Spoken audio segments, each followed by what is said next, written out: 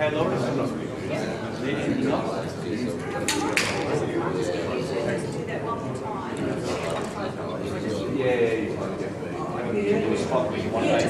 Just like you were looking at central line before the start.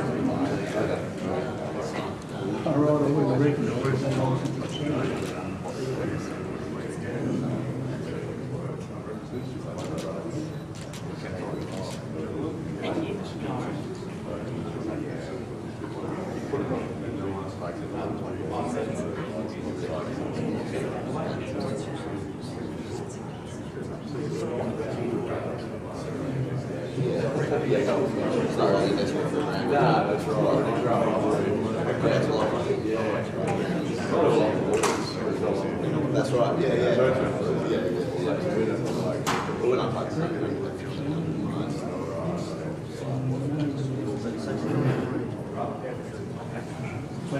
Thank you very much, ladies and gentlemen. I appreciate your patience.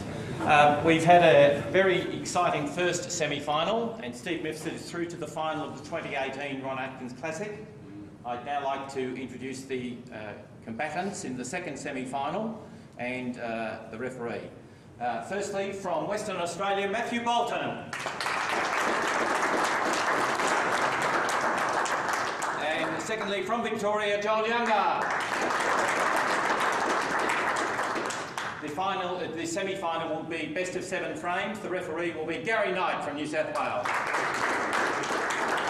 I ask everyone please to make sure their mobile phones are turned off, and I'll get these lights turned off over here. I'll leave you in the hands of the referees. Enjoy yourselves. Have fun.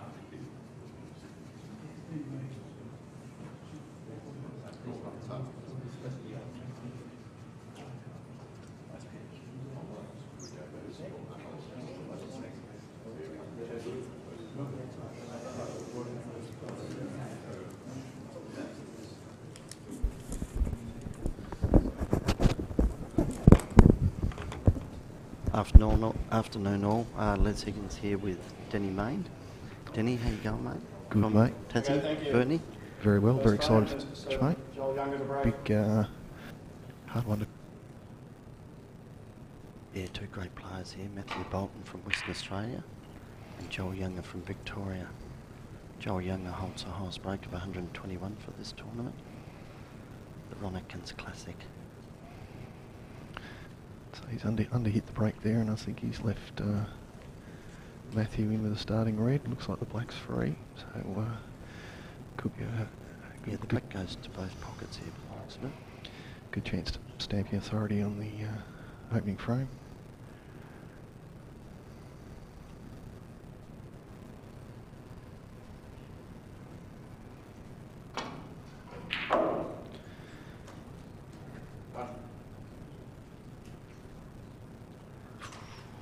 He's on the wrong side of the blue, but he's done a fantastic job to get up that far.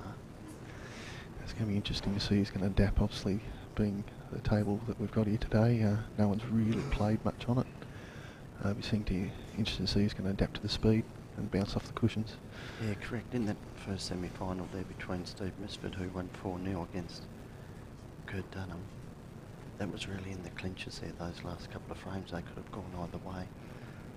And a credit to Kurt for staying in it. As I said, the scoreline 4-0 doesn't give testament to the actual game. It was a lot closer. So he's going between the yellow and the brown spot here.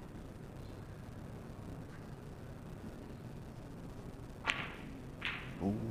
Yeah. he didn't purchase down enough on that, did he? No, not at all.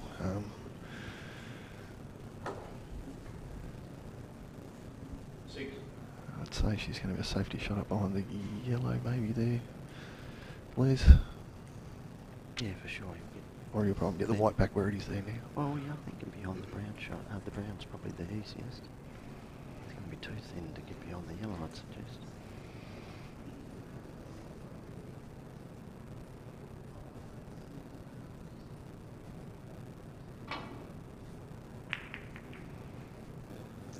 So we're only, 15 metres away from the actual table.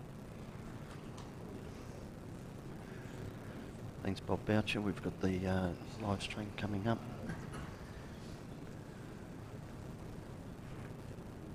He's slightly underhit that one, so he probably would have preferred to get a lot closer behind the brown or on the cushion. Make the next safety a little more difficult. So Johl Young, both these players have a history of winning every event in Australia. Both are very good to watch. If I can just start with Johl Younger, Oceania Snooker Champion, Australian Snooker Champion 2012, numerous underage championships.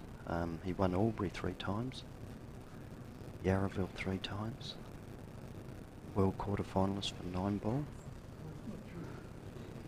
Also played in Tokyo in the Masters, where he made it through the quarter-finals. Johl's got a highest break in tournament of 143, with his best break of 147 in practice. Not a bad record. Not a bad record at all there, mate. And then we have the all-rounder, Matthew Bolton from Western Australia. He's won 15 Australian Billiard Championships. His highest break in billiards is 831, where he broke Bob Marshall's record twice. He's been runner-up twice in the World Billiard Championship. He was ranked number 1 in 2012 and 13 for billiards in the world. He's Australian Snooker Champion, 16 times ranking event winner, 6 times state champion. He also won, when he won the Oceania, he's just come off a 2-year tour card for the professionals in the world. Matty also has the highest break in snooker of 143 and 147 in practice, so it just goes to show you the credentials of these two and how evenly matched they are.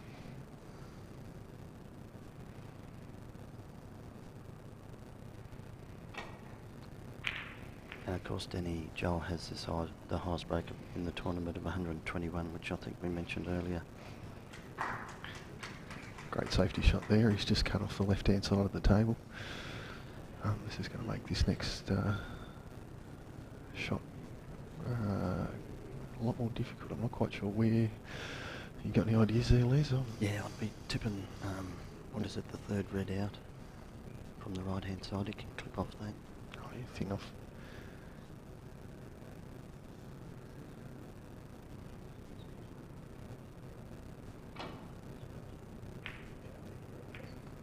Nicely weighted.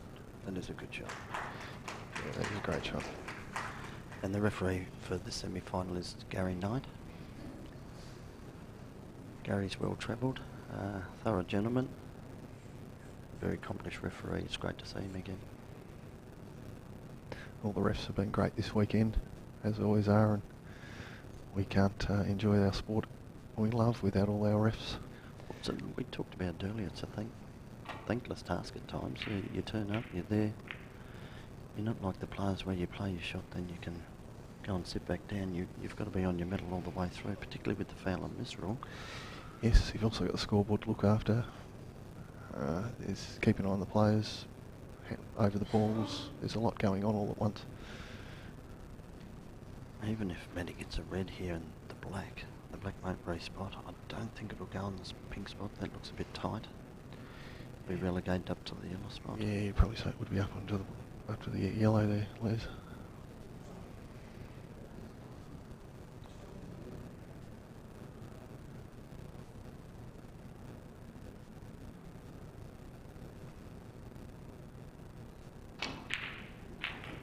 He's potted that nice and clean. What a great shot. And he's also freed up the black spot, which is a bonus. Well thought That's the out. reason he took that, no doubt. Denny, you had we mentioned earlier too, you had a cracker game against Robbie Folbari.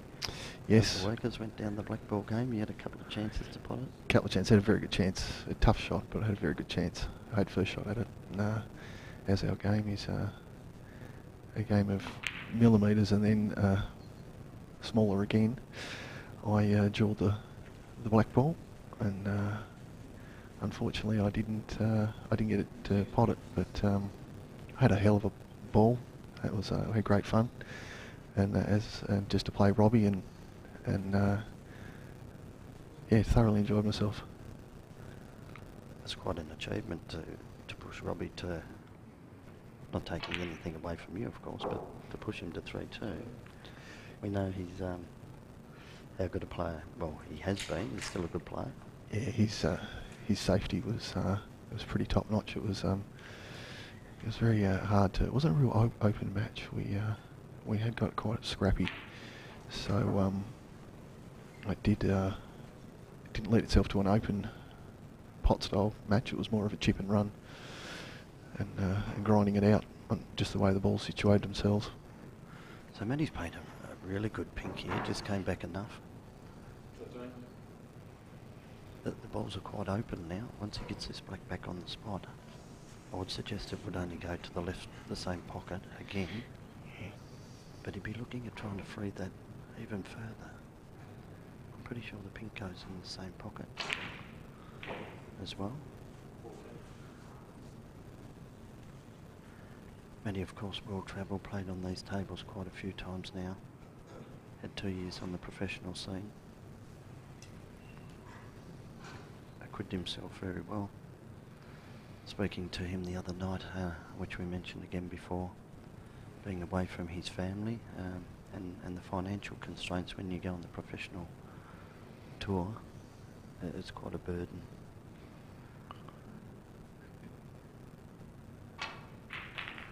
As Kurt said, it's also tough. You're on the opposite side of the world.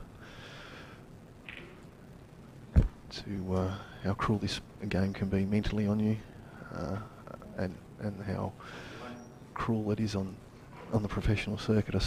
One missed shot can lose you a frame, lose you a match. Well, very all the players quickly. can beat each other. You've only got to look at like your John Higginses, Mark Williams, Ronnie O'Sullivan's. They can all beat each other, and it's who comes in dressed for the day, really, isn't it? Well, I didn't pick him to miss that one there, Les. So this has opened him up here for Johl. The black, I reckon, would go back into the left pocket. So from Yeah, so the black that Matty potted over the pocket just beforehand to put it back on the spot, he actually underhit it and dropped short on that red behind the black, which forced him into playing a tricky red where he's always going to hit that black. yeah, he didn't. Early days yet. There's obviously some nerves out there. Both players trying to settle. Get a feel for everything, get a feel for the atmosphere and the table.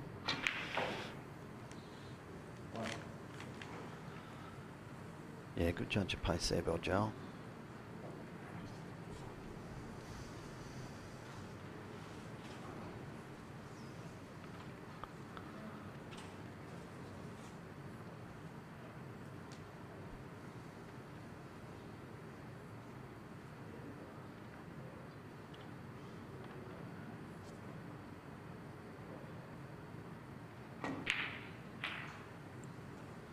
Yeah, nice shot there by Johl. He's just pushed that red over as well, so that'll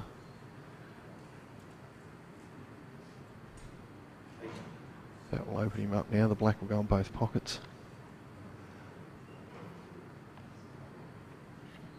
Bit hard to see from our angle. Obviously, we can't see the same as you. We don't have the greatest view of the table from where we're commentating. We will try and pop up and see if we get a bit better angles to see where the balls will or will not go. Johl's just a bit awkward here over the top of the balls. Just in that in-between spot where you're slightly stretching.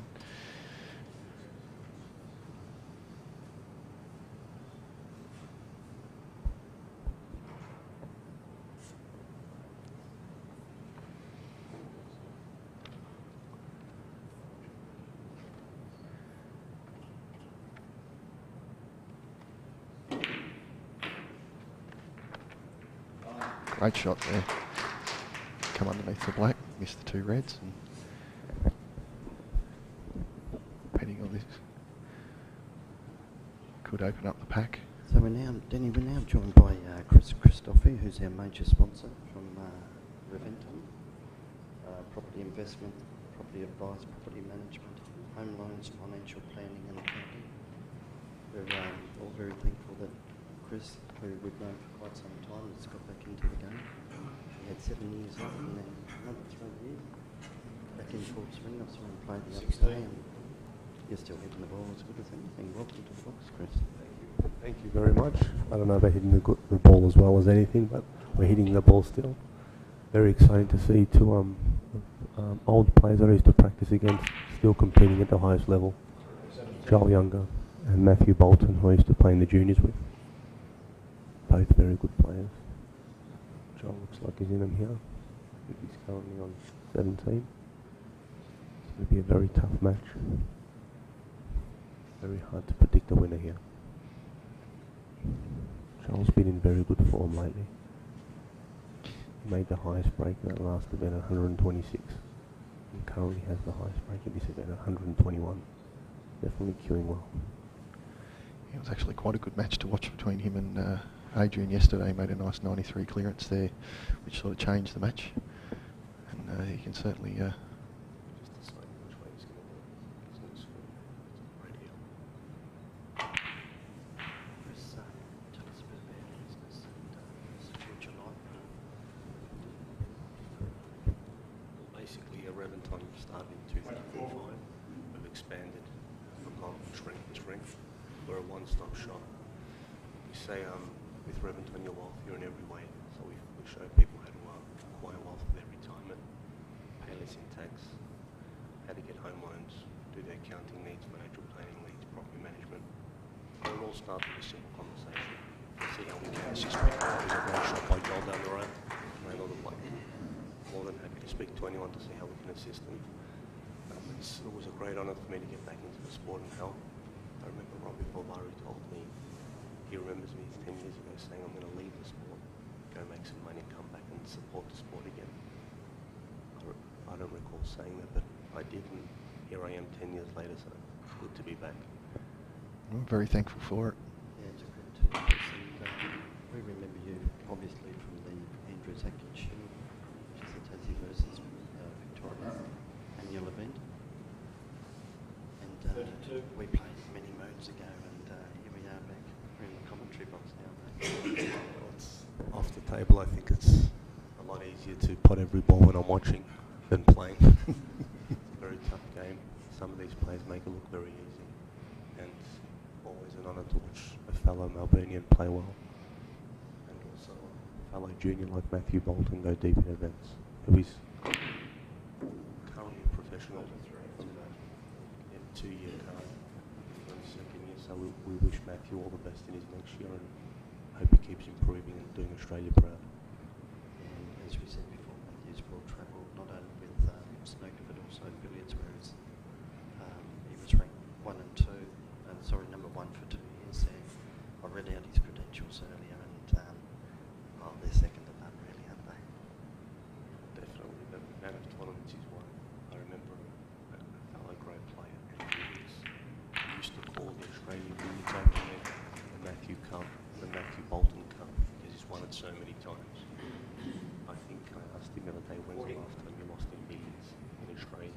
I think the answer was 2002, which is an amazing record to not lose 15, 16 years in this country when it comes to his billiards. So it's a great achievement. That's right, and yeah, 15 times Australian champion. He beat Bob Marshall's record there with a breakup at 831.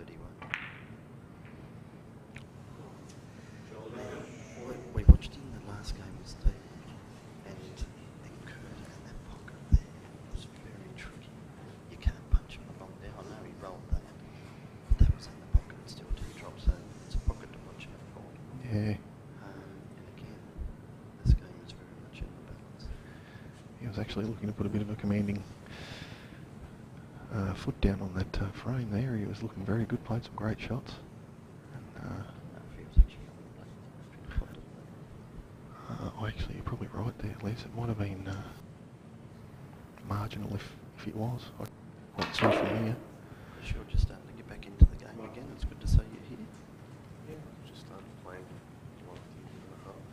I've not practiced as much as I'd like due to time restrictions, but yeah, I'd like to definitely play a bit more and get my hand back in it and start winning a few more matches. But it's always good to come back and meet all my old friends, and snooker community is a great community. Some great people in the sport, and it's been going for a couple of years, and to meet everyone and see them all again after all these years. That's great. And of course you would have seen Ron Atkins play, which is, this tournament is named after, the Ron Atkins Classic. Ron, we always hold him as a Tasmania, which he came back home after a stint in Victoria there. Did you ever get the opportunity to play against Ron? I actually did. I played him, but what I remember most fondly about when I first met him, not only was he a great champion, won many events and a great idol, he was a gentleman to boot. Always nice to me, and everyone who approached him would always give his advice and his time. It's something that I'll never personally forget. When I got the opportunity to be a part of his event, he sponsored the Ron Atkins Classic. It was an opportunity that I definitely was honoured to be a part of, and the man was a gentleman. As I stated yesterday, there were 70 runners in this event. Open the stage, not often that happens, that 38 players bring the stage. That's a tribute to what a gentleman that he was, and a great player and ambassador for our sport. Yeah, well, certainly endorsing your remarks there.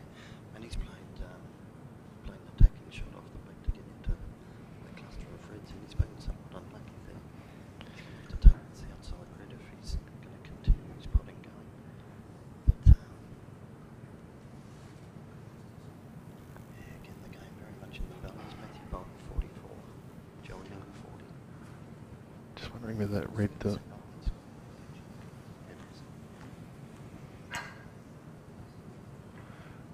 obviously the red next to the pink doesn't go, so he's always looking at the far right red.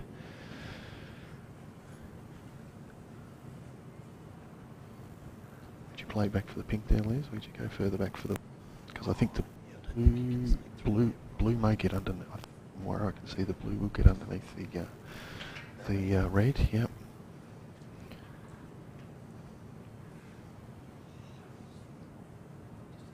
Chris, thanks for your time.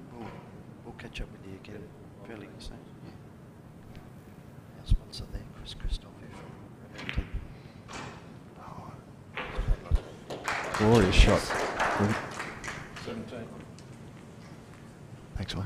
It just goes to show the ball control that he had there, and that comes through playing a lot of billiards and knowing where the white's going to kick off. And The hours of practice. And just the most minute variance from height can change a hell of a lot. Once he clears his back red on the right, it opens up that other red next to him. I don't know if he's got the angle to kick. You'd have to punch it from where I can see. I'm looking almost directly down the white ball to the black. Yeah, just hard for that red in the centre, that far red, right hand red, I should say. It's down near the black spot. Or left as we look at the table. From another great camera angle there from our genius in selfie. It's been a great event to this weekend. There's all the hard work that's gone into setting this up.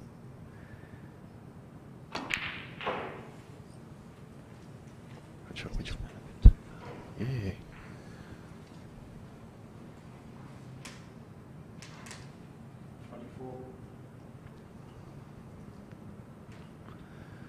I'd say by the look of that, we're going to look at a safety. I don't reckon he'll take it onto the top corner.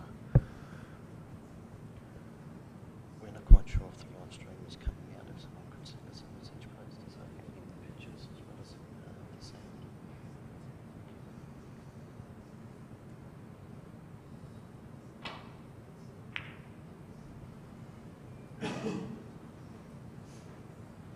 Matthew Bolton 24.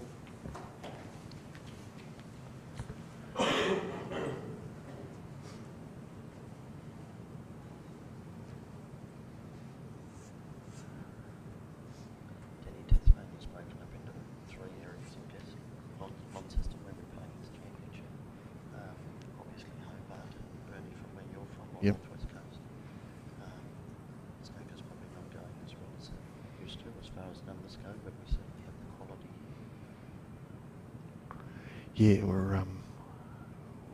which is a shame, but we'll continue to fight through. Actually, in my team from the Burnie Club, we've got a couple of new players coming on started this year, so which is always good to see. To have picked up had a couple of games, previous 8-ball players, and had a couple of games, and they've picked up the bug and are enjoying the challenge of a snooker table over an 8-ball table.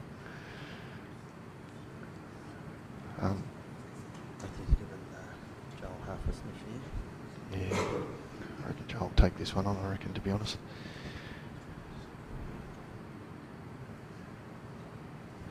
The main player plays where he comes forward just marginally, so he doesn't leave those other two beds if he gets miss. He's in a very prime position there if he does. Where the object ball goes, of course.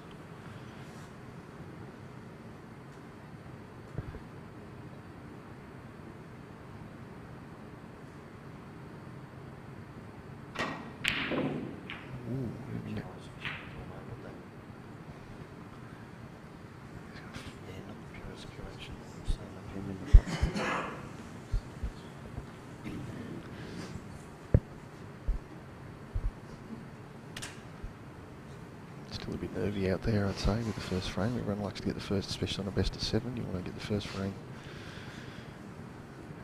down and dusted.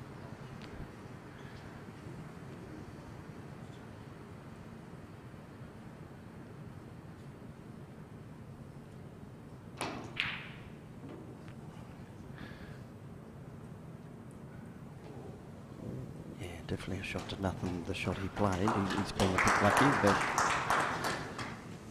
it was a great shot, but I mean, lucky to get right behind the black as he did. I think it might be a full ball snooker and all balls.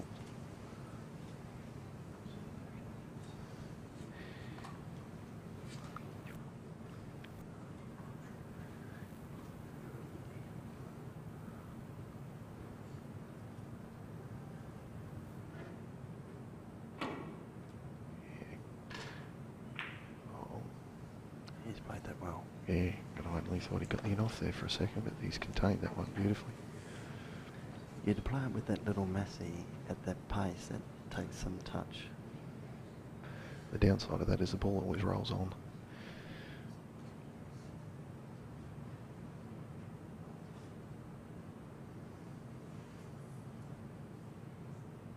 I think Manny just looking to put the white back on the ball line there somewhere. It's a bit hard to tell from here.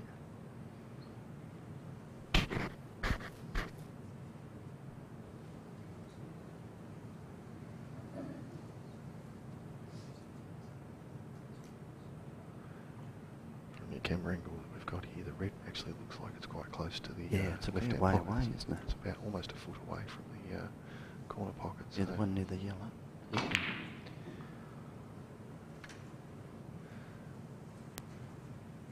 Put it this way, you'd need to get fairly well behind it to make it potable. It's very deceptive on the screen. yeah, just our camera angle.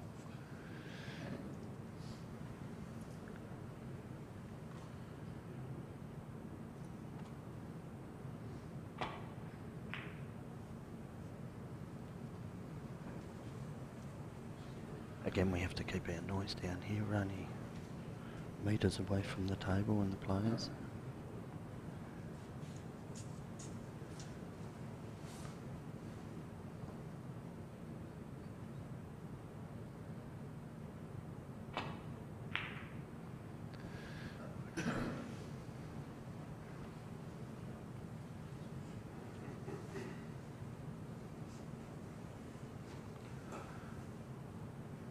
Johl's obviously cut off from the red that they've both had a couple of shots at. So I'm not quite sure which ball he's going to... Oh, look, I'd be thinking the one next to the pink. Clip off, back up in behind the green there.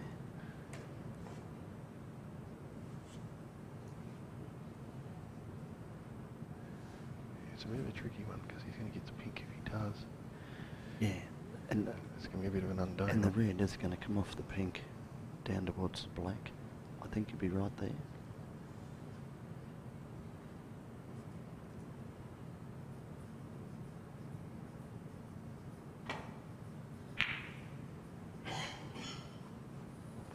this is all judge of pace, that shot, wasn't it? Yeah. So have you enjoyed this weekend, Les? Oh, yeah, it's been fantastic. Look, to catch up with all the players from not only in my home state, but also around Australia, and everybody's embraced this tournament. They've supported it, regardless of whether you're playing good, bad or otherwise. People have had a fun time, haven't they? We've had a ball. Look, I virtually just picked the queue up. I won my first game, thankfully, and then went down to my next game, but thoroughly enjoyed it. A shade of former days, but it was good to pick up a cue and actually have a hit again. That's good. It's good I to think see. I made a 32 break during the game. Yeah, it's good. Good on you. It's good to see you enjoying it again. Yeah, it's been good. This is my first ever in one of these tournaments. Always wanted to play in one, and when it come to our when it's coming to our home state, I jumped at the chance. A lot of the guys, a few of the guys I know through the Andrew Atkins, so it's always great to catch up with them. But all the other blokes are great and friendly off the table. Plenty of banter goes on in between them. We're all quite friendly. Obviously, So I'm tipping Matthew's going to clip off this far right. He was looking up beyond the brown, but I thought it was going more beyond the yellow. yeah.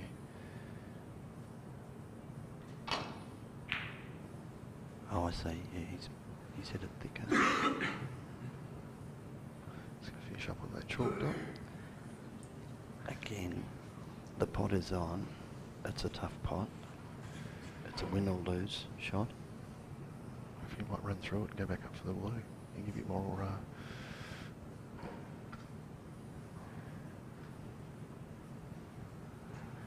Gee, looking at the table live, that red looks a lot further into the cushion rather than what it is on the screen here. Yeah, you're not wrong. He's going to have to earn this. And this is the pocket that they've been having problems with.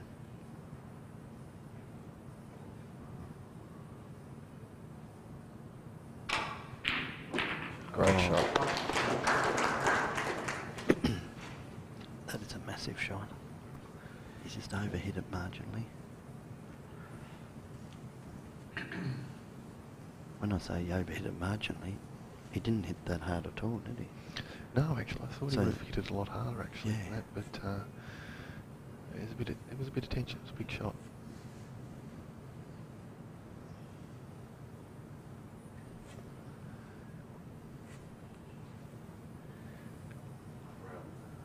Was that from the missus? No, it was just to see if Don't forget the bird and milk. a mate of mine is. Congratulations on your wedding to Kelly just recently. Thank you, mate. Yes, I got girls come up last night, and which is good. And we had a ball. Great day. And you've She- been she together for even- what, 12 years before you? Yeah, 12 years. She even mentioned snooker in our wedding vows. Oh, so you can't get much. Great safety shot there from Johl. Judge of pace, yeah, that's spot on. Yes, but obviously got to keep her if she can mention snooker in her wedding vows to me. We wrote her own. I'm sure she'll be in the audience there with the crowd that's in here today watching. Now, Matty's got to come off, what is it, one, I reckon he's at least two, maybe three. three rails at least. I don't know if he's got enough angle to scoot straight down. It's pretty hard up on that yellow. It's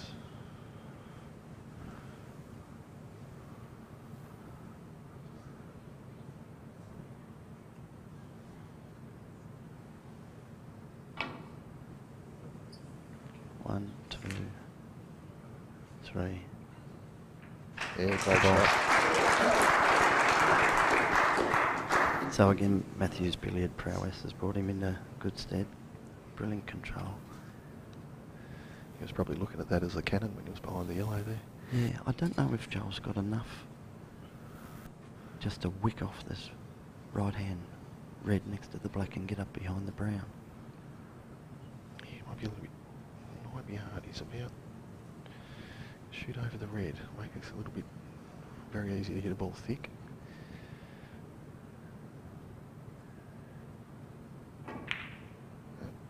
Yeah, he's copped it fairly thick, but he's played it well.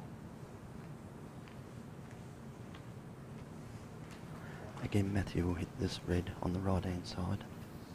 He'll hit on the right-hand side as we look at it and bring the white up in behind the brown.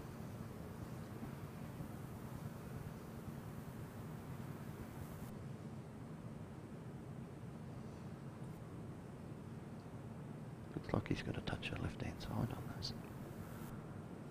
Maybe going up towards the green. Yeah. Oh, gee, it was hard to tell, but I'm not sure if you actually need that touch of left-hand side on it. A bit early. And this is a... So again, Joel's got a free hit here. And a good chance to catch back up here.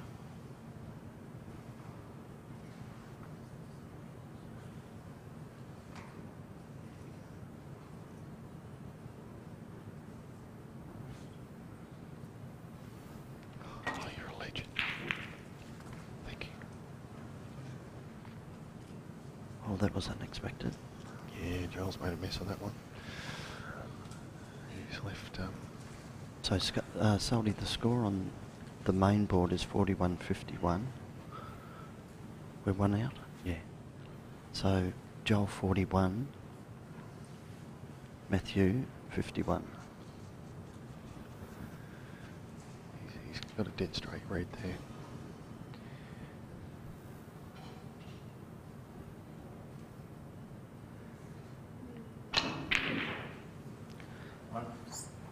Yeah, he's played that well considering he didn't have much to work with and he's purchased up. Somebody just said now the score's right. I'm in the DeLorean, Salty. He's one step ahead of us.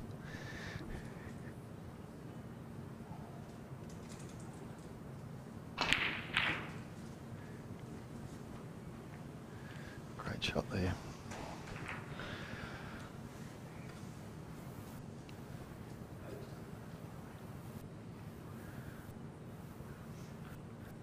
Now he's 18 up. 18 and 8, 26. Yeah. He just needs a ball. The yellow's in a tough position. Whether You need to get right behind that. Yeah, he hasn't got the greatest of angle actually on that. And from again, here. He's looking this half. yellow's actually well past the bulk line towards the blue end, black spot end. So even that looks so gettable on the TV screen. I can tell you that is not a. It's almost, it's easy. It's a safety shot. Half ball.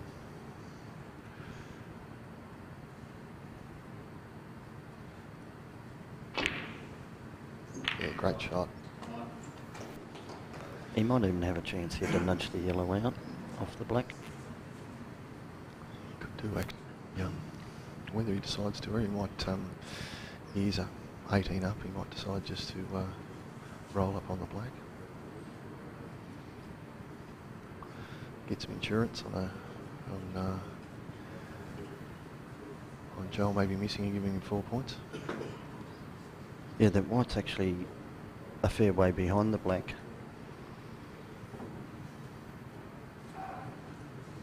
And you're right, he's going to nestle up here. I don't know. Thanks, Chris. So I'm not sure if he's blocked that natural angle to come out. He might have to play this with left-hand side. And given that the white ball will skid off this rail... And the blue may provide a bit of difficulty too, because it's almost... There could be some collateral damage here, I think. Yes. Yeah. You're probably right, that's probably the easiest way to go, but you are knocking it down so. towards the pocket, so there's always a risk. Oh, can he... So 19 the difference.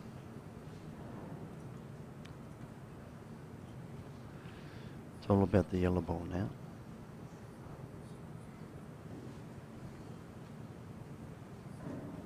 It looks wide from where we're sitting. Yeah, that looked well wide, Yeah. didn't it? On the miss, Matthew Bolt, follow. We did get to the yellow. Yeah, you could just tell that he was shooting too wide there, but I think given the pace that he hit it, he probably thought it might straighten up. Yeah, it's a bit difficult one to judge also when you're that close and tied up on the black ball. Yeah. I think he actually moved the yellow too, didn't he? Yeah, he just moved the yellow.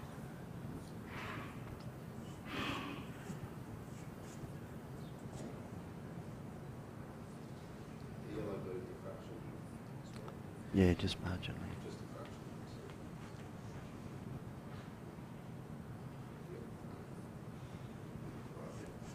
Okay, that's great refereeing.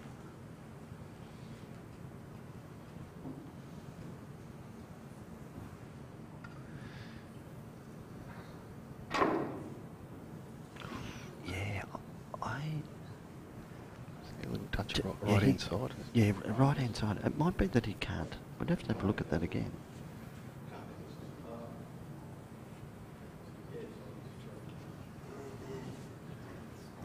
It's almost like he doesn't want to get up over the top of the black there to play the shot. He's electing to play it with left hand side and hit it hard. Johl now needs snookers required to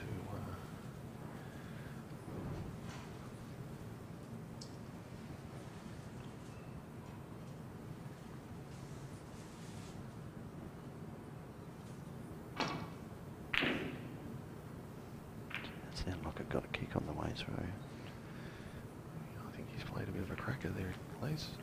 No, he hit the black. I thought that was really blocked our view there. It looked like he was going to be up at the back of the black, but Jeff, the angle's there to stun this around. Marginally hit it on the... Yeah, he might go too close to the jaw here. I'm thinking, as we look at it, hit the yellow on the right-hand side. Stun the yellow down in behind the pink.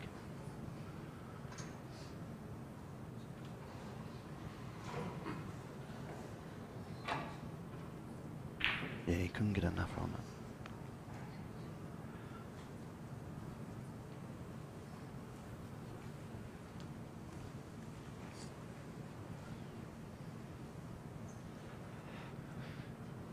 so it almost gives Matthew a free shot here just to Oh, I'd be having my money on Matthew potting this, yeah. a pressure-free long ball. I've done the coin again. I'm called one right today.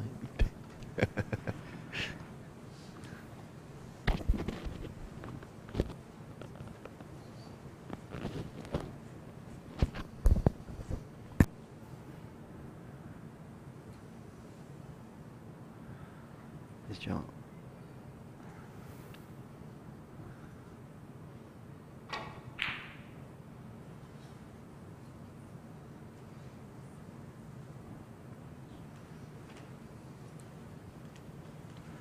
So we have to be extra quiet when the white's up in the D there. Mm-hmm.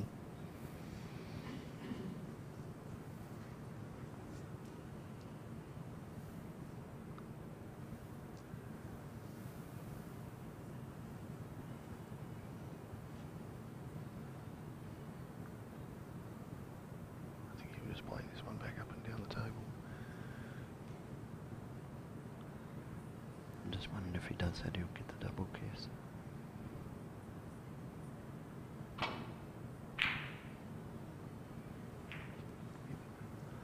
I call, got yeah. one right. There you go. You're on the scoreboard. Yeah, it was always going to be a danger.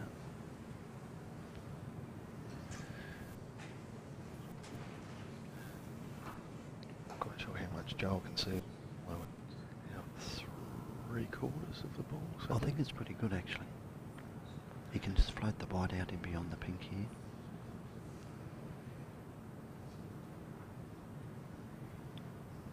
Be even better if you can put the yellow behind the blue as well.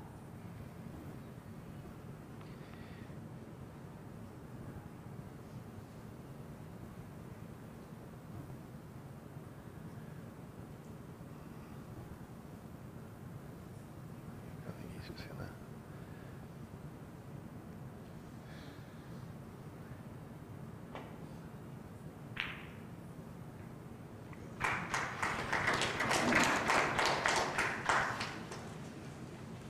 He just did a fraction thinner, Yeah. otherwise he's right behind that pink. I think he's still maybe blocking the shot. It's a bit hard to tell from. I think he can hit it. Yeah, I think he can. Oh, yeah, you can see it. potted.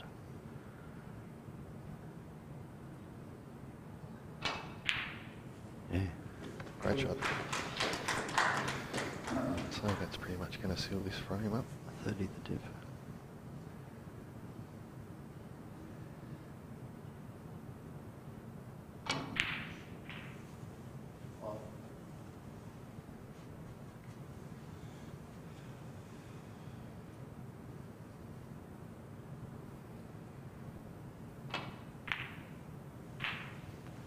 Nice shot along there. So unlike Matthew's quarter-final match against Ben Foster yesterday, where he trailed 2-0, eventually winning 4-2, he's going to jump over the blocks and take a 1-0 lead against Johl.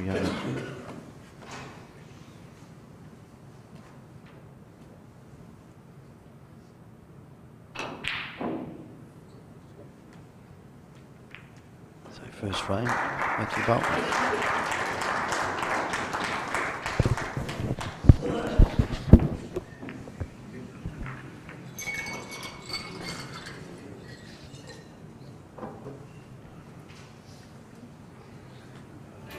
Let's talk about a more prosperous tomorrow.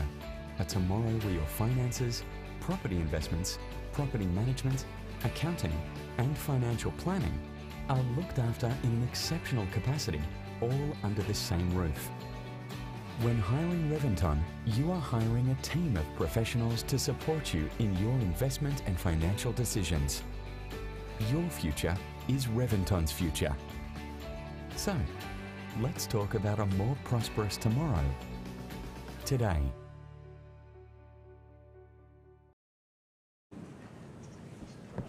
We're just joined here again by Chris Christophe from Reventon. You get angry when people say Reventon? No, it's okay. No. You say it enough times, you'll get used to it. Chris, you're doing some wonderful things with raising money for the needy. Yes, I am. Oh, look, I think it's very, very important that we all realise how fortunate we are and what great positions we're in. And it's important to give back to the community and to people that are less fortunate. So I'm currently doing two things at the moment with charity. One's with the White Ribbon Foundation, which we managed to raise in my last event $3,800, which was matched dollar for dollar with Reventon. So from one event I raised $7,600, which is probably one of the most proudest things that I've done in the snooker community. Followed by that, I'm also doing the Vinnie's CEO sleep out. I sleep on the street for one night on the 20th of June to raise money for the homelessness. I've currently raised approximately $12,000. I'm running second in Melbourne and about 14th overall out of the CEOs, and there's about 1,300. My goal is to raise 40,000. Please get behind me, and you can do that in two ways. You can either donate to the Vinnie's sleep out with the CEO, Chris Christophe, or you can share the link, or you can do both. As I said, 40,000 is my goal. I'm 28,000 down. Please get behind me. It will mean the world to me to achieve my goal and help homelessness and put $40,000 in their pocket, because it will allow them to have somewhere to sleep, some meals, and to realise how fortunate we are. Please donate generously. Share that link. Thank you. It's fantastic, Chris. What we'll do is get you to share that link on the Ron Atkins website, Ron Atkins Classic website.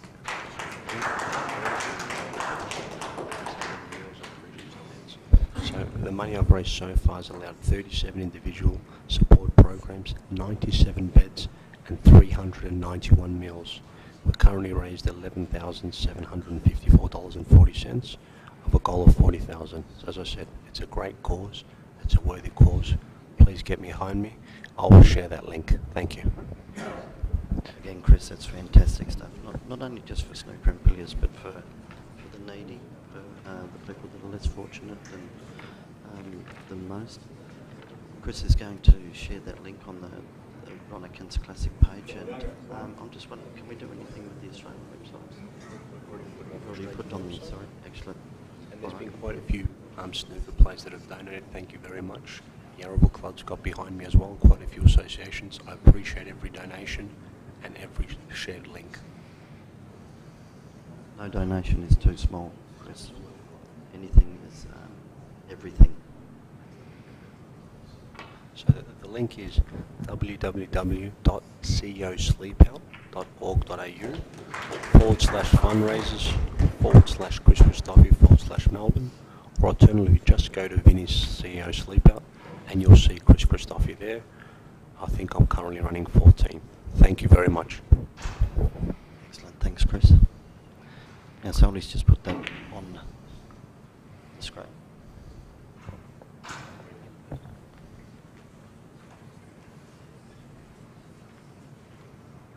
In the meantime, during Chris's great words and going for a great cause, Johl piloted a great red and he left Matthew behind the yellow. He's come out of that one and now they're back into I'd say a little bit more of a safety battle here for a little bit.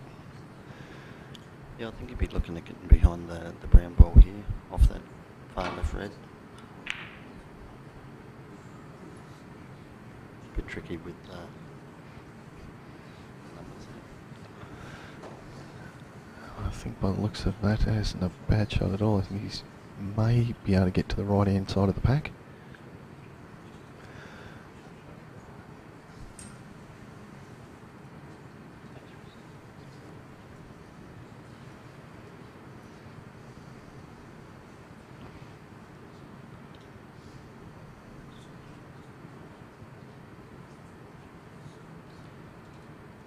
So it's 1 to Johl at the moment.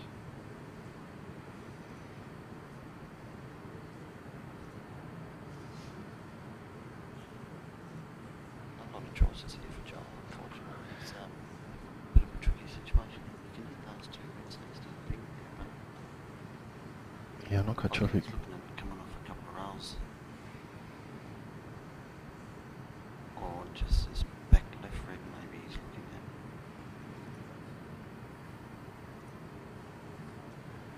at. Pros are coming off two rails, hitting the balls and coming back up the table nowadays, which is what he's played. And hasn't hit that one too bad at all, actually. That is the professional shot that we've become quite accustomed to watching all club pros now. Usually aim on the thinner side because it usually ends up in a world of trouble if you hit it too thick.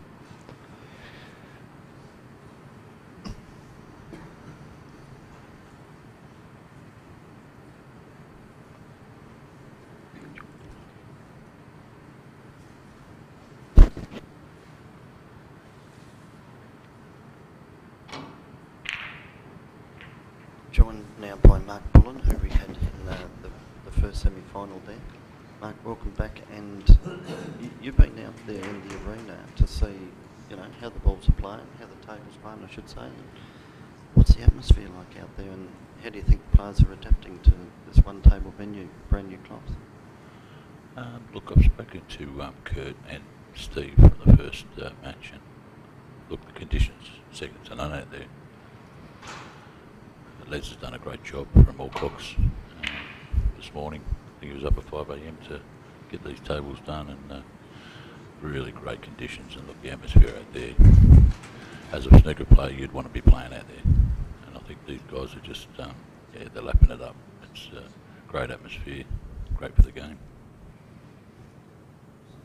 Excellent stuff, Mark. Can you remember, Les, last time something like this has been in Tasmania in all your years of playing? Having a table set up like this, you played in any sort of matches? Yeah, in the 80s we had the Australian Championship, wasn't it? Who won that year? I think it was Jim Bonner beat Stan Gorski in the final. And I'll tell you how I remember that. I led Jim Bonner 4-1. He needed 5 snookers in that frame. This is for me to go through to the quarterfinals. And me being a little lair at the time, there was something like 3 or 4 reds left on the table. I've had a crack at them. Eventually, Jim's got a couple of really good snookers where he's got 3 balls, etc. out of them. I've had first crack at a black ball game, which he potted and won, which made it 4-2, and the rest is history. He knocked me out of that tournament, and then he went on to win it against Stan Gorski. So, thanks for those memories, everybody. But yeah, the last time I think would have been back in the 80s there. Apart from, of course, the World Championship that Ron Atkins won. Just runner up to Jimmy White at the Albert Hall.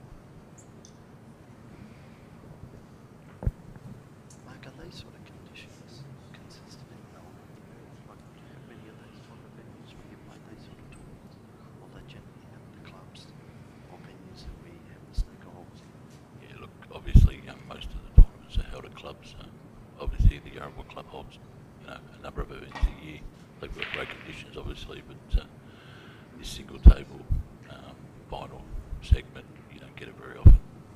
Occasionally, Australian Open, we've had single table, but yeah, this is the exciting part, isn't it? Business end of the tournament, and any snooker player wants to be out there. And look, these guys have been out there before. You know, Matty's on the pro circuit, Johl's been on the pro circuit, so these two guys know what they're doing. It's going to be a great match. The way the balls are situated at the moment, they all look potable, but oh gee, you need to pull off a good shot to get in.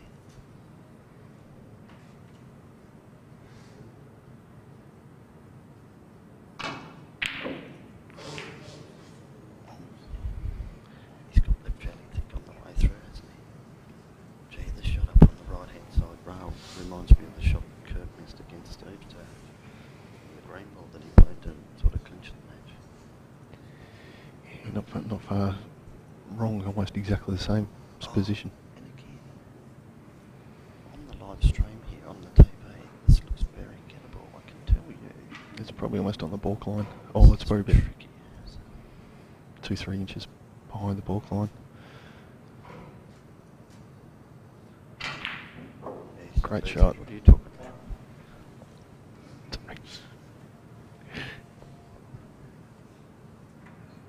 Again, you've been playing for quite some years now. Well, you've made a few tons in your time. Yeah, a couple, but not so many nowadays. I'm getting a little bit older now, so it doesn't happen as regular for me anymore. The older we get, the better we were. That old chestnut. These guys do plenty compared to us.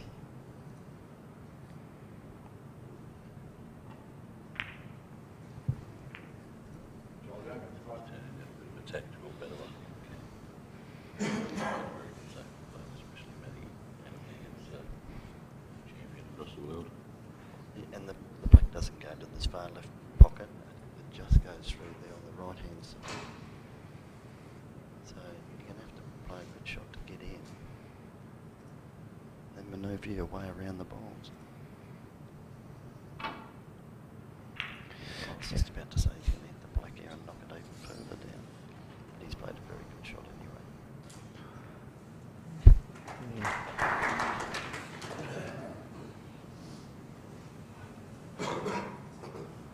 Don't know whether he may take on the red next to the pink there. Next to the pink, it looks like nothing, but I don't know if you'll clip that red near the black. A bit tricky to tell from here. Yeah, definitely go fairly full once you get through that gap. I don't know if you want to take the risk, but then again, you might have. I think you can might take this long shot. to the pink, just nick off it, right back through here, wind up all the yellow, green and brown. It's a good safety area. Get behind there.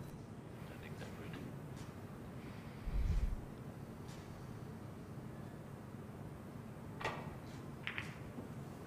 Yeah, good call, Mark, and he's played that perfect. There's skill ups to go. You won't see a better shot. That's pretty to watch. So that's why they're out there playing. And we're back here commentary. That's all will come into play.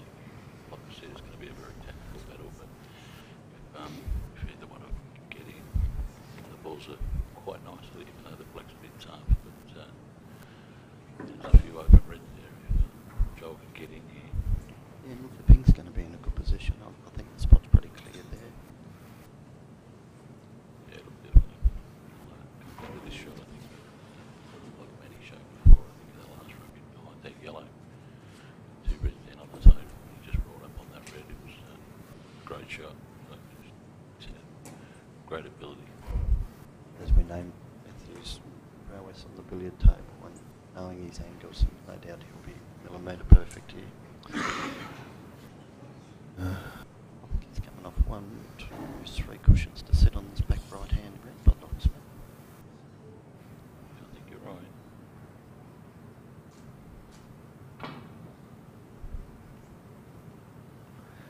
That's a great shot. It's a great shot. It's a Oh, little bit stiff. I didn't. Didn't that deviate off though on that last cushion? It slid something terrible. Yeah, you cloth. skid a little bit, so but Johl taking on. And did you guys watch the World Snooker with John Higgins and Mark Williams? What a great game that was. That was fantastic. Still re-watching it actually, going back through it. I think I went to the third session again. Just shows you the age doesn't matter anymore. Johl's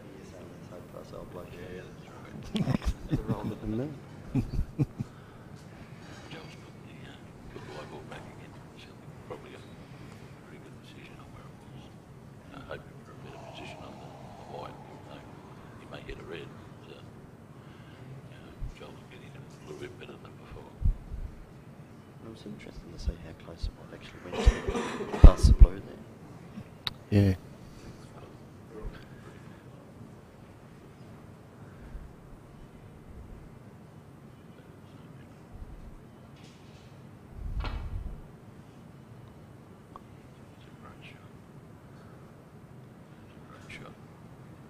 Yeah, great shot. Yeah. Again, this is world-class stuff. The only thing is, I think, he's definitely left this red near the black. He's got to do a bit of navigation skills here, I think. There is a possibility.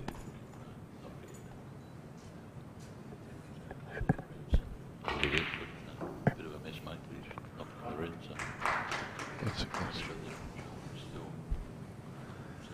it's a tough colour either way. Pinkle. I reckon he'll go to the pink there from that angle. Take on the pinky.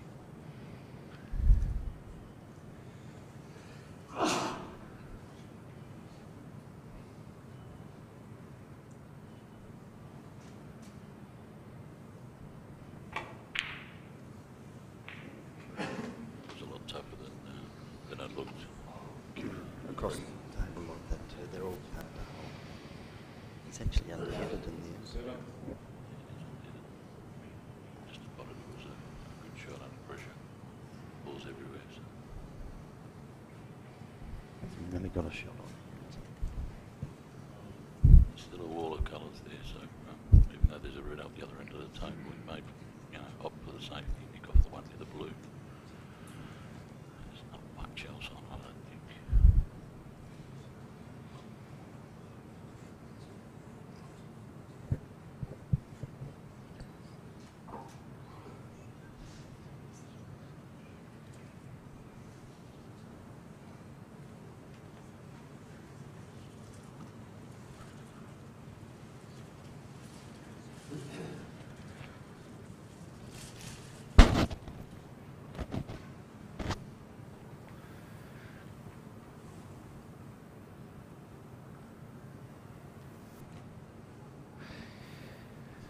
It's making this shot slightly more difficult that he has to reach over all these balls here at the moment. Just wondering whether he's actually making a few more those colours. Well, it looks like he's holding it. He looks like he's going for it.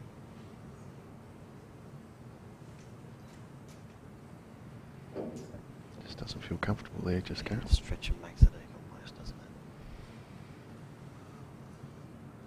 Gee, looking at it from this, you'd almost take the Jackie, wouldn't you? The two reds. Looks easy for him, but I'm sure it's not.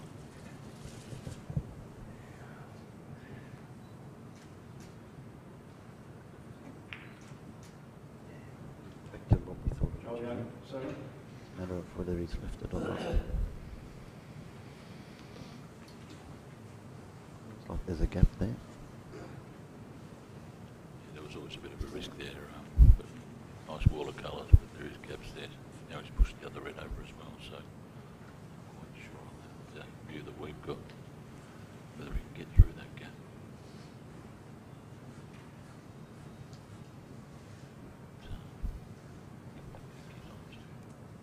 And he's looking down the table towards the black spot end, so...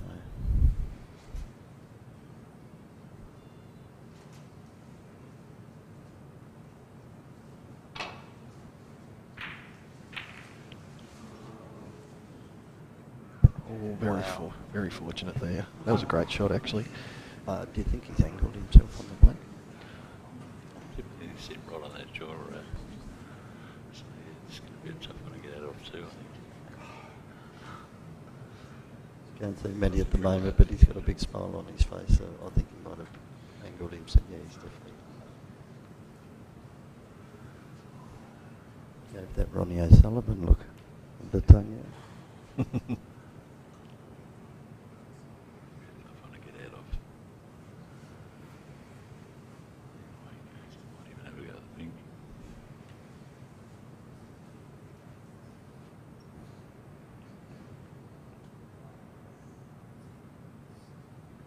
Beautiful pop though, for that distance to hold it as well as he did. So he's opted for the green ball here.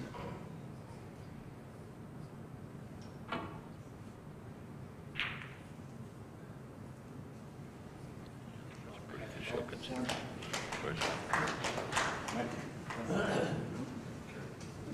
Johl's got some shots on here, but they are tough as.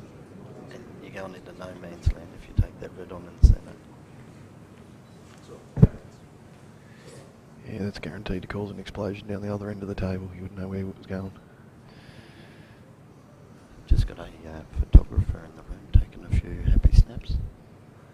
They've just taken a bit of a break to have a chat.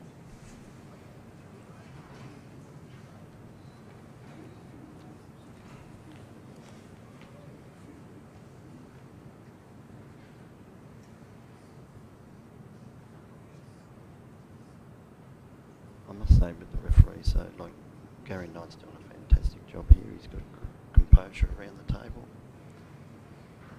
Champion bloke, and they virtually play the game as the players do. They need to know the shots, look ahead, make sure they're not in the line of sight. Yeah, you spot on the money there. Done a great job. Oh, look at this.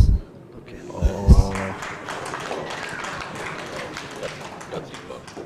Well, to take it on, and as we said, you're going into no man's land, but he actually nutted that out. He's been fortunate that the black sat over the can.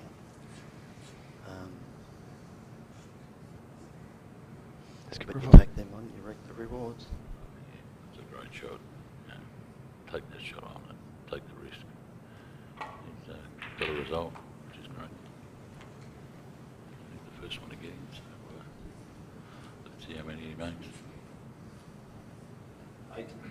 Is it on? Yeah, I'm just having a bit of a look at that there, Lazy, and we'll go past.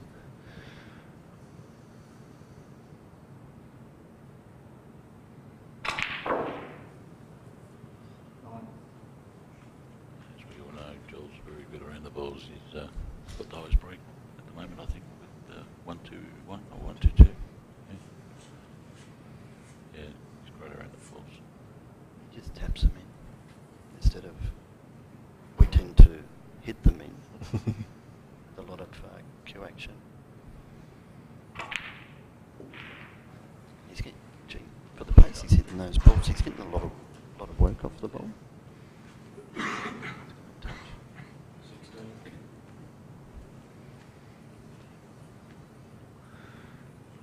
That one's quite gone to plan, or not from our angle. So he's been a bit unlucky. Yeah, that's what I was just thinking. Not sure if the red must be on there. So it's to our left. The far left. You'll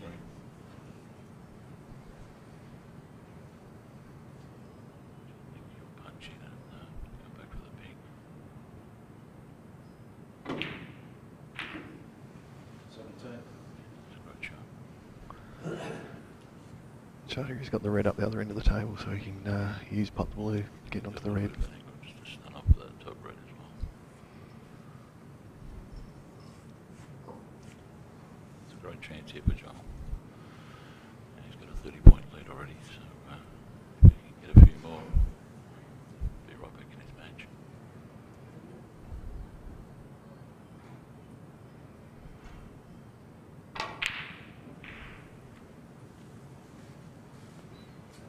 And again, that looks well weighted. I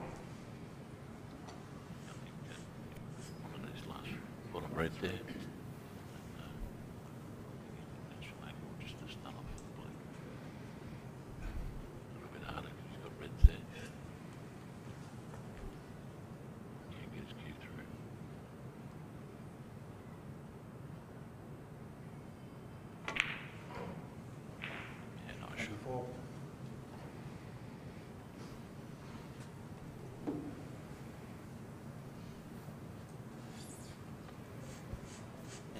just off dead straight.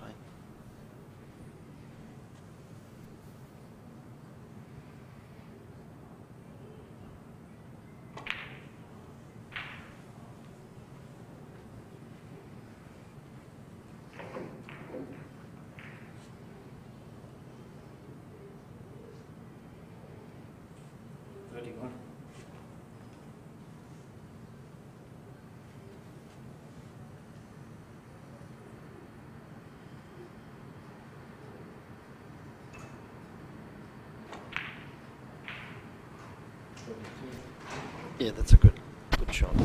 They're very tricky along these rails, as you know.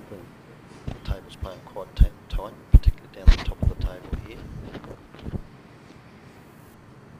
Yeah, I think the change of conditions a little bit to the club, Lost is the club where we played most of our snooker this weekend. Yeah, great conditions, but just a little bit tighter. But these guys have got great ability and know what they're doing. So whenever the ball's pretty well, Johl's shown that over the years. So yeah, I think he wanted to kiss into that red. But, He played that pretty light on, didn't he? He needed a bit more on.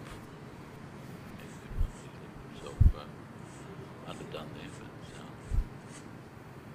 I'm pretty sure this ball's on though. yeah, maybe even kiss into the pink.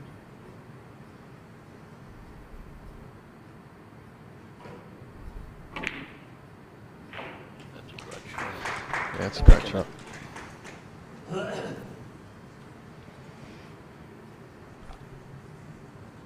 So in the context of the game, this is a fairly decent break, score-wise.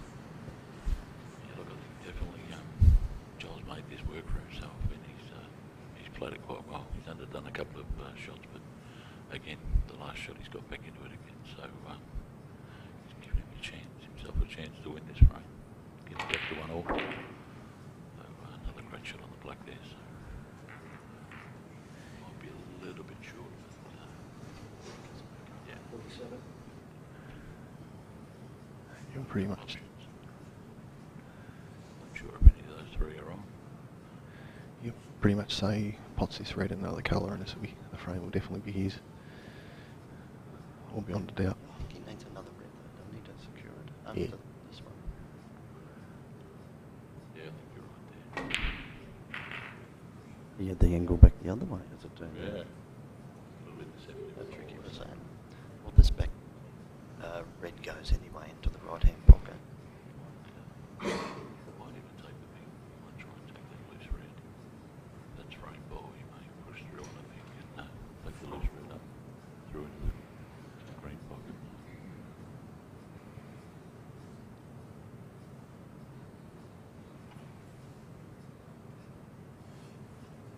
These three are on. The top red is on. May just not run through. He's going to take the black.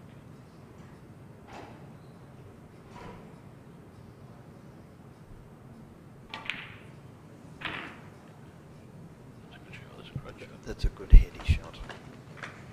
We're all concentrating on that cluster of three reds there when, there was a basic shot just to get back onto the top. So this will clinch the frame.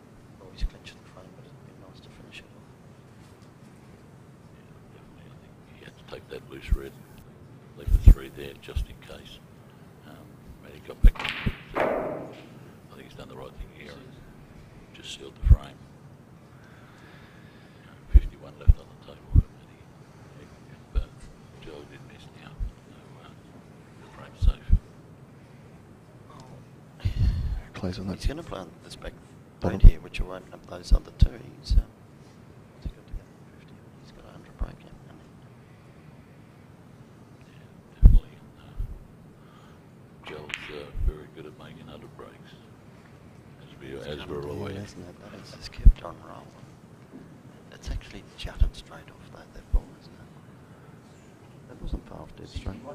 Yeah, that's right. It shows you how quick the table is, and it does skid a little bit when they're too close.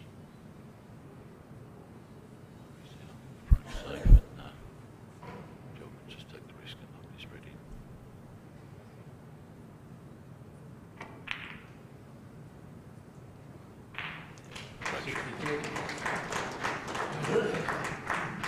Even though the frame was won, just to caress that red in. Because no doubt he's still under pressure out there. That's a great pot. Yeah, look, definitely. I think that he probably would have come back to the table if there was 3 reds left. But, you know, Johl just wants to seal it, so Matty stays in his seat, doesn't get back up again and, you know, touch the balls until the next frame. Definitely wants to seal it now and make a ton. You know, it's a great spectator sport, so it's nice to see him make a ton here. The break is 69 at the moment.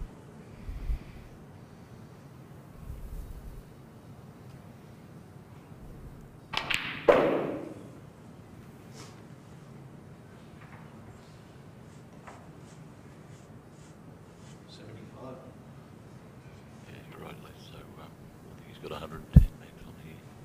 He takes the black with the last red. He's got the good angle too. Has he come too far? Looks like he has come a bit too far, but They come a little bit higher, but he's still probably going to have to just run through. Not sure if it's on in yellow pocket. He's going to go in the green pocket with yellow. It's a bit tough shot to get on the yellow. He's got to put it up a little bit short. Doesn't want to see for himself.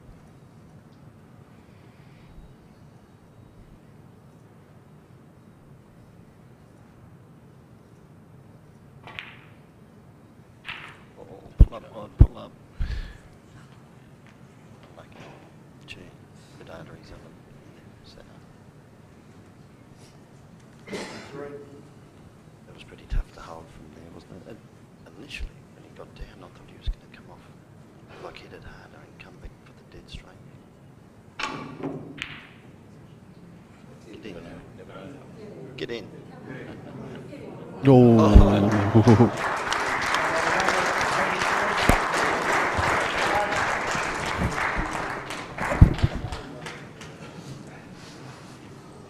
Yeah, lovely break at the end there by Johl Younger, 83 break.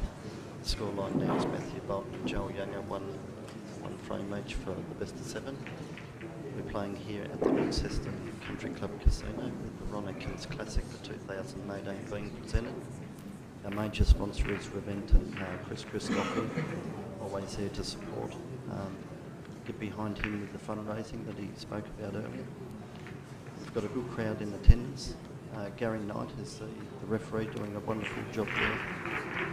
In the commentary box we've got Denny Main, myself, Les Higgins and Mark Bullen, and also doing all the good stuff behind the scenes is the unsung hero, Andrew Saltmarsh. Salty. As you can see on the screen there now, Chris Christophe, he's looking at $40,000 as his goal. He's just shy of 12,000 at the moment. Chris has been a long-term supporter of snooker and billiards in Australia, and we'd like to get behind you as well, Chris, and give you every support for a much needed and worthy cause.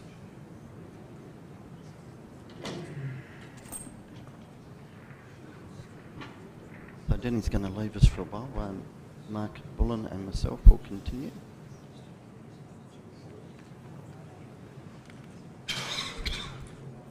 So again, Ron Atkins Classic. Ron's story traced back to 1964 when he won the first of his 16 Tasmanian Snooker Championships, 2 Victorian Snooker Championships, 3 Australian Snooker Championships. Life member of the Tasmanian and Australian Snooker and Billiards, the IBS, life member as well. We know him as being runner-up to the great Jimmy White in 1980 in Launceston for the World Snooker Championships.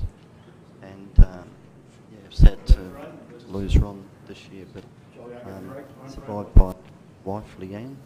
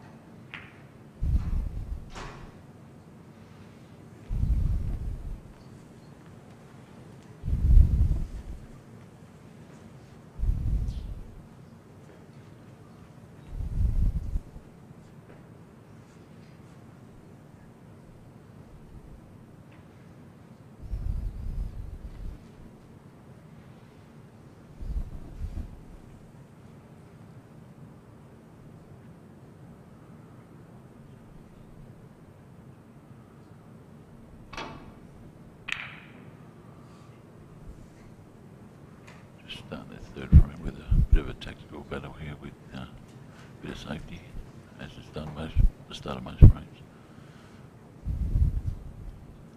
Good shot from Matty there.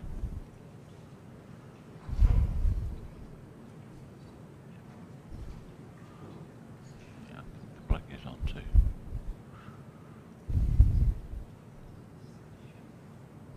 Iron, yeah.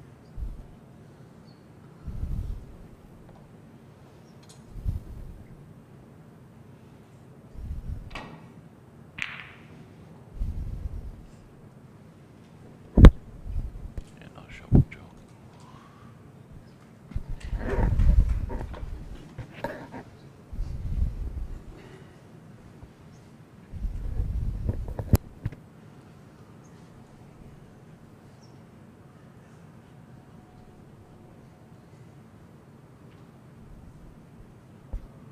I think there's a red there just sticking out next to the pink that it may be able to nick off. Just looking for a couple of plans, but don't think there's much in there.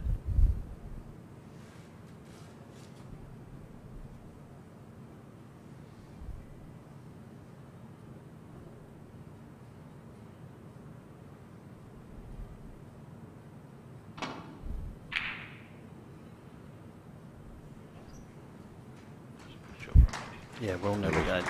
Yeah, the poor reds there that he had to get through, and he did it well. Mark, as you said, that red just above the black there, well, the black will go to the left-hand pocket. Definitely goes to the right. Stu wants to take the risk. Oh, no, I'm not saying you take the risk now. It's a matter of if you get down in amongst them, that the black is available for both pockets. Not sure if you can get through to that one next to the pink. You may have to swerve it a little bit, but that might be his only option here. Just got to swerve it in the yellow. Up beyond the green. Yeah, it's a nice shot. Just going off. A little bit on that. Gee whiz, yeah. It would have been safe too. Yeah. Matthew can definitely get in here. The black's been crowded with that couple of reds coming down. Nice red over the hole there. Oh yeah, Through there. yeah. I'm just saying where the black and Yep. the reds are, though. It's quite congested there now. Definitely. Definitely might try and get out of there. A little bit of right hand side and flick round. Try and get on the blue, I think.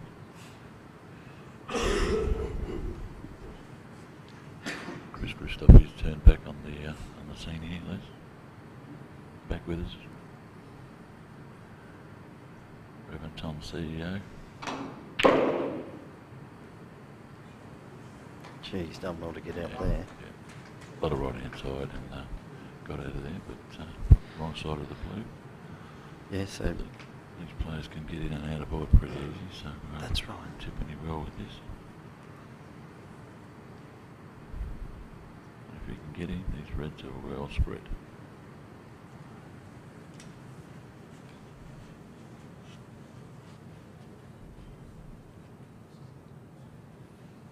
He's got to make sure he misses the green, which I'm sure he will.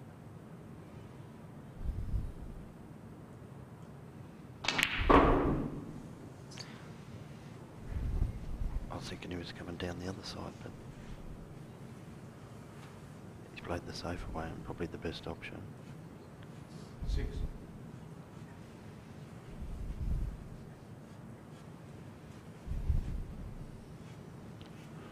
This is a big frame for both players. Obviously go 2-1 up, best of 7. Such an advantage.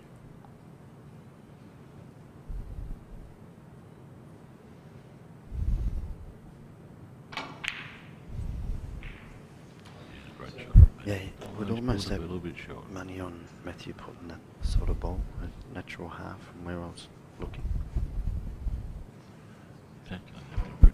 Pretty much the same as what he was last time when he had to play the blue in Yeah. Edinburgh.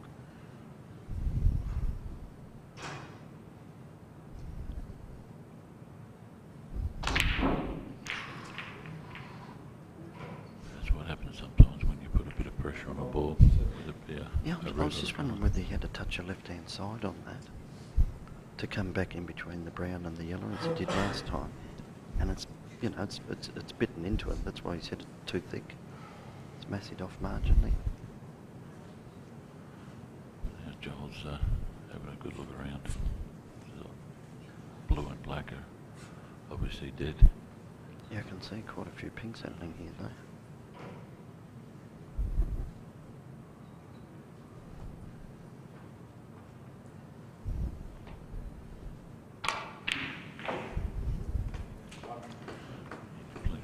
Yeah, nicely held.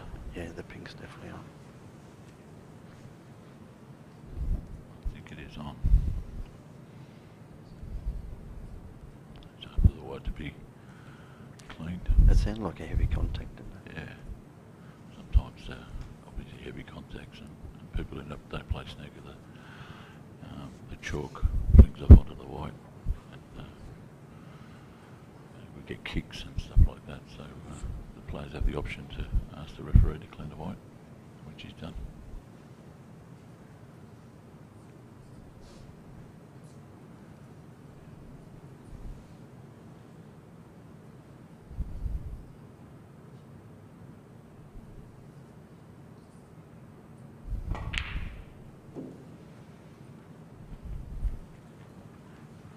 Another opportunity for Johl to get in now. Like he did the last frame, taking a nice big break, potentially 100, but fell a little bit short, but won the frame from. Oh look, even though he's got this red over the pocket here, as we can see it, it's still a tricky shot to get back out for the pink. Yeah, look, Johl hasn't got too many options with the blue and black dead at the moment.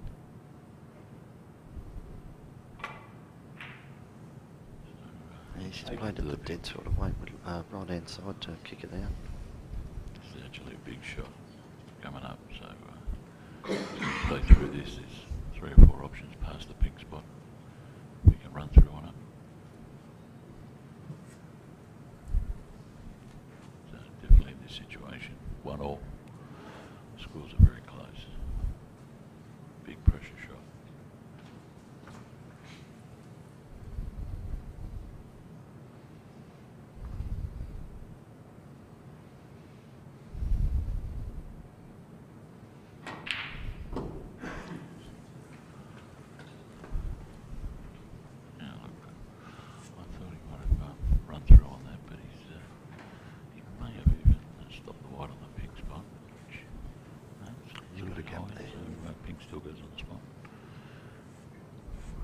So he looks like he's got a couple of options here. The red into the centre or the one just down from that on the right hand side, but it looks a lot harder out there than what it does on the TV.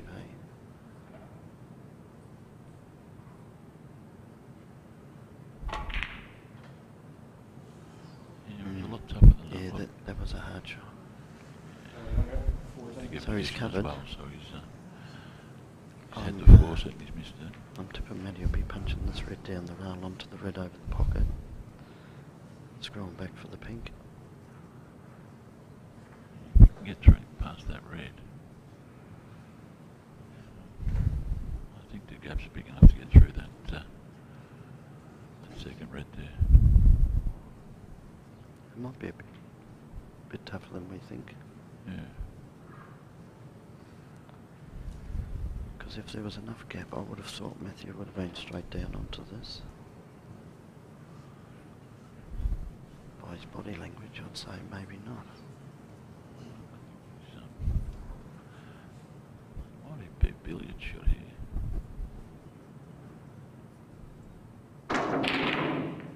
Oh, yes. Well called. And look where the pink, the blue and the black have gone. That is a special shot. It was a billiard shot, for those who don't know, but it's actually a little bit like Johl's opportunity he had in the last frame, and things come off, and Matty's done exactly the same and come off quite well. So, but still with a little bit of work to do. Salty's just playing a frame from last year, I think. There. What was it from?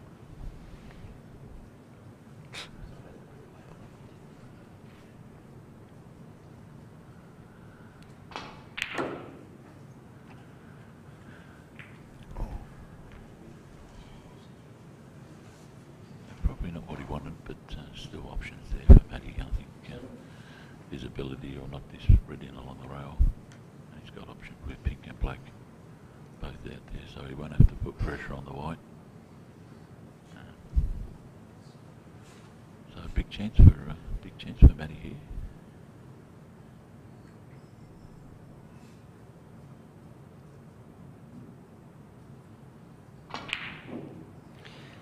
Yeah, I keep saying it, that pocket there is giving him nightmares. It just seems that it's tougher, and looking at the table live when you're out there, it actually looks at more. Here's the shot that Matthew's played to just wick that red over the pocket. Excuse me. And what a great result. But once again, You couldn't script that pressure. pressure. Yeah. The pressure, and he's missed that red, so a little bit, probably forced it a little bit. Johl with an opportunity again. I don't know if he's going to play a safety shot here. There is that red near the corner, but it looks like he's going to play a bit of safety. He's hiding beyond the yellow here. He's had to play close to the yellow pocket because there is a red over in the other corner, which I think he's covered quite well. It's a good shot there by Johl. I think he's left him on. Maybe it is on.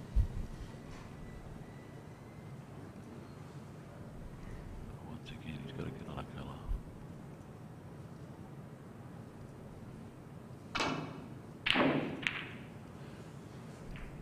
Again, Matty's tried to force that one. And, Yeah, they're the very red was on. unforgiving, these pockets, if you give them pace. I don't think he's touching, but the referee had a good look. But makes it a little bit more difficult here for Johl. Gets on. And he actually got him, but Do you reckon that's on? yeah, look, I think the red is on, but he's a high side of it, so he's got to manoeuvre all those reds. Looking at the one underneath the We're pink. looking at the one next to the black spot, aren't we? But I don't know if that even goes. Yeah, look, there's not too many safety options either, so he might have to have a go at something here.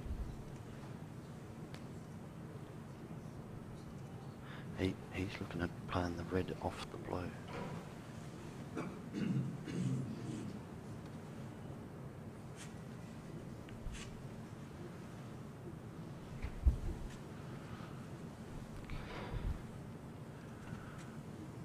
Yeah, might be right there. Trying to screw up to Borg. Gee, that came off straight away, didn't it? Yeah, look, I don't think Johl had too many options, but yeah,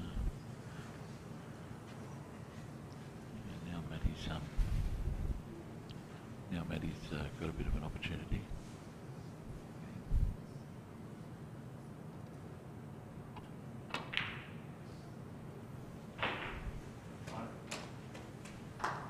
He looks like he's got a slight angle here.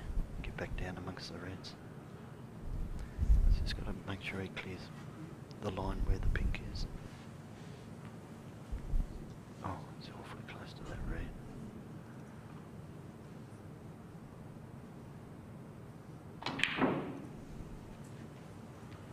Yeah, played it well. Good weight.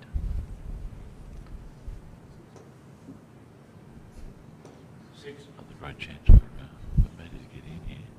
Yeah, I can see him cashing in quite a few pinks here at the moment.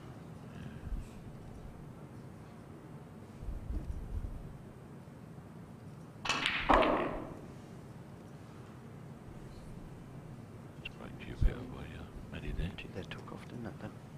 That's almost dead straight, that blow. He might even slightly be on the wrong side of it. Pink is the option.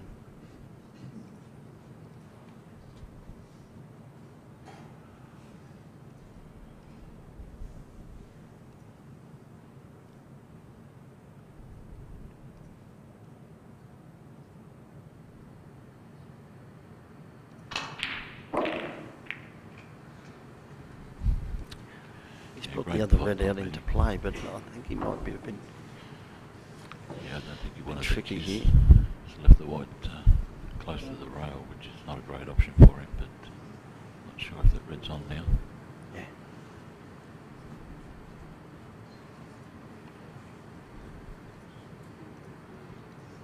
Definitely tried to miss that red, but clipped it on the screw back.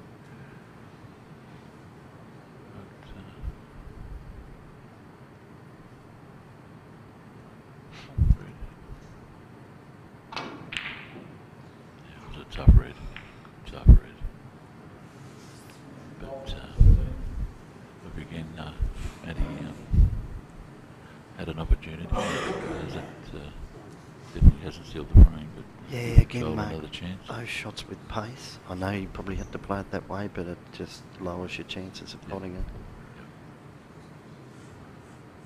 But again, Johl, not an easy chance to get in, but he has got chances. He's got options. Might have to play this with a little bit of pace too. Yeah, he's got to really lift into this.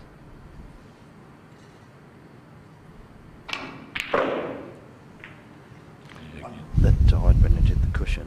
Fair enough, it wasn't going to come out, but it just fell away. He gave it a fair amount of pace. And I think the way the whites ended up, I don't think that Johl will take on the pink here. I think that it'll be a safety venture for him.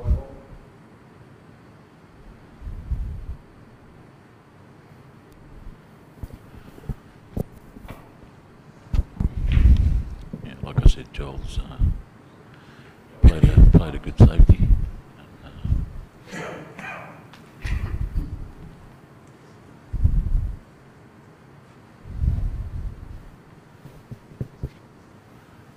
We've got the privilege of being joined by who's through to the final, beating 4-0.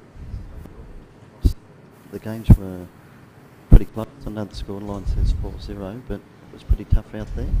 You opened up with a 54 break in the first frame. It was pretty tough going. Congratulations on your win. Yeah, thanks, Les. It was tough, and just happy to get there. But I wasn't quite making the most of my chances. I was sort of breaking down on 40 and 50, and couldn't quite manage to nick one of those frames.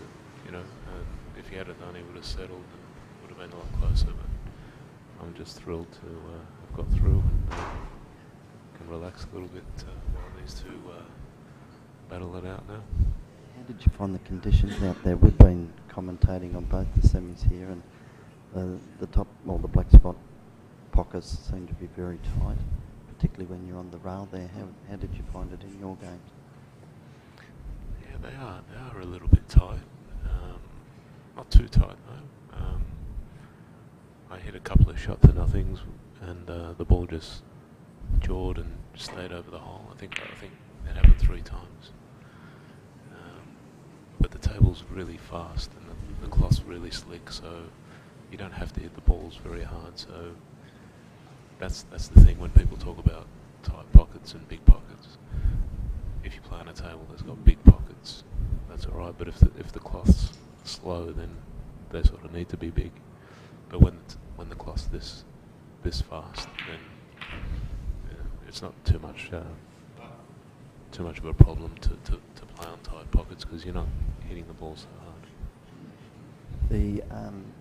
You've won a World Amateur Snooker Championship, and that goes back some time now. How many years ago was that? Is that 2002? It's 2000. That's 16 years ago, mate. He still making it through to the finals. You're embarrassing him, mate. As we He's not always that say, old yet. Yeah, he's the ultimate professional, and it's a pleasure to have you up here. I know you spent a little bit of time with Ron Atkins, and you've got some fond memories there. I do. Ron was. I met Ron pretty much when I first picked up a cue, so I started competing at the age of 10. So, and he was just someone who was always there, really. Very happy to give advice. I mean, he had a lot of experience at international level, representing Australia many times, and he was just someone who was very, very tough at the table and had a tremendous temperament and will to win. So whenever you can speak to someone who has that sort of grounding and experience at an international level, I think he's just been a great mentor to not only me, but he was very happy to mentor all the top players, you know, and that's a very important thing to have that. Well said, and yeah, very true words. As we know, Ron won 16 Tasmanian Snooker Championships, and then he went to Victoria where he won 2 Victorian Championships, 3 Australian Snooker Championships, and of course runner-up to Jimmy Wright in the World Snooker. You can't really top that sort of stuff, can you? You know, when you're going through, not that he was a junior when he started, but for someone that has dedicated his life to snooker and billiards, he's a fantastic administrator, life member, OAM. I mean, 21. As we said last night, when we leave this big domain that we're in, this world, you want to be remembered. And Ron certainly left his mark with us in snooker and billiards, and we're a lot better off for it.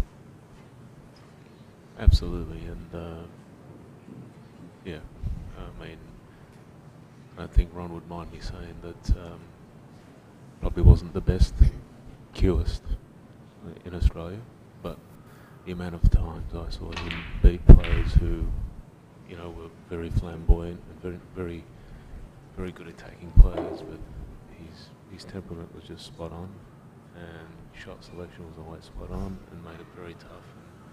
And, you know, coming to Victoria, which is probably the hardest state to win the state championship in Australia, and win two championships with the likes of Peter Hawkes, Stan Gorski, Gary Cullen, all at their best at that time. That was a fantastic achievement. We just get back to the game here. It's 40 to do for Matthews. Yeah, 40 in front here. Needs a red in the colour just to seal this frame.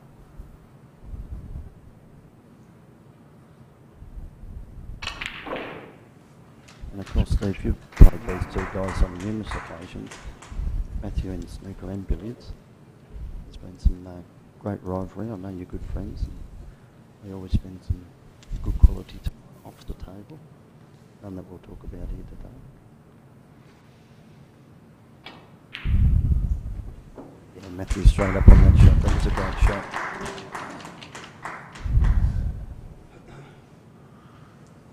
What are we? 47 the depth. So snooker required here from Johl to tie. But of course he needs 2 breaks off that, and well, Matthew's actually giving him a chance. Probably get those 2 reds out and maybe he can free the black up. Probably not free the black up.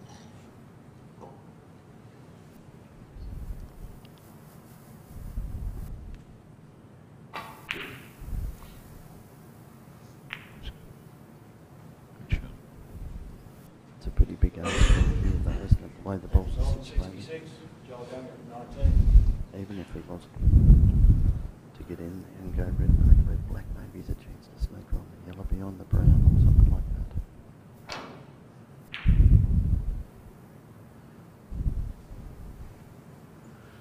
So for you two from here, I don't mean back to Victoria, is there another big tournament awaiting Steve Miss? Yeah, there's a fair bit coming up. We've got the Pacific International, it's called now. It used to be the Lance Panel Classic. So that's on in 3 weeks' time, less than 3 weeks, which will be directly followed by the Australian, the Pacific International Billiards, which is a 150 up tournament, and then that will be followed by the Australian National Billiards, so 3 tournaments in a row at the Reventon Academy in Yarraville. So there's a lot coming up. Yeah, a lot of practice involved. You certainly don't want to burn yourself out either. So if you've done the professional, say, and Kurt and Matthew as well, Benny Calabrese before that. For the young guys coming through the ranks, any words of advice or Any words you could give them? Yes. If you're going to go and compete on the Pro Tour, don't miss.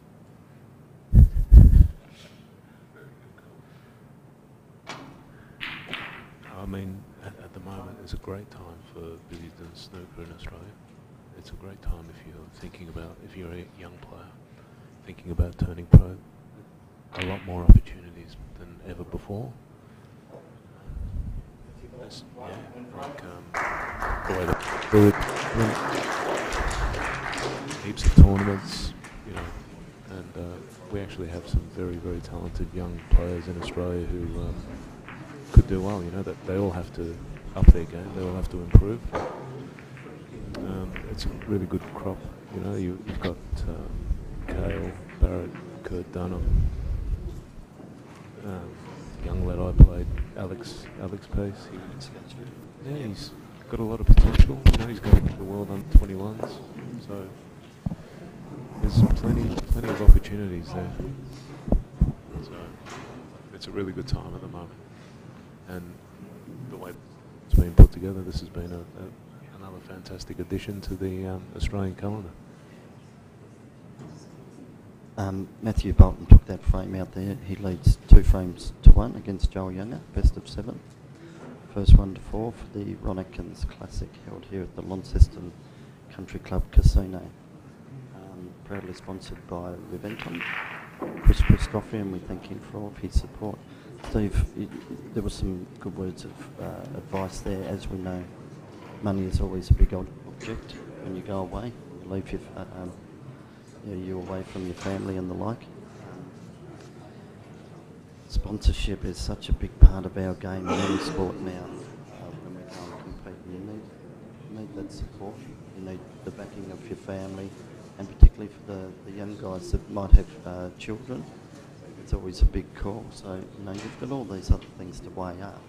But then when you go away, you've got to be healthy, fit of mind, and you've got to play well. As you said, don't miss. We look at the professionals now, where they're not missing, and it's who gets in first will win those frames. So, do you think you'll have another crack at it? Fourth frame, best of 7. I'm not sure at this stage. I mean, the first thing you got to do is start playing at that level. You know, even in Australia, you know, that's what Neil Robertson showed before he went. He sort of took his game to a new level, and then he went. He was virtually unbeatable for a good length of time. He won one tournament without dropping a frame, and just his game just went up a level. And even that was not good enough to break through straight away. It took time. So, because then there's the other level where you have to transfer that game onto the conditions that the pros play on. They play on a much thinner cloth than we play on, so everything's a bit different. So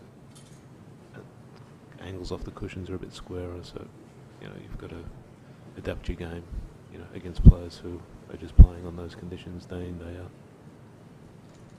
If we can talk back in our day for a sec, the Australian tables in particular, we had what I would call as a bumping queue action, where you'd hold the queue back a lot further to get the queue to get through the white ball, but the tables are so slippery now, where the queues are actually shorter and people are holding their grip shorter.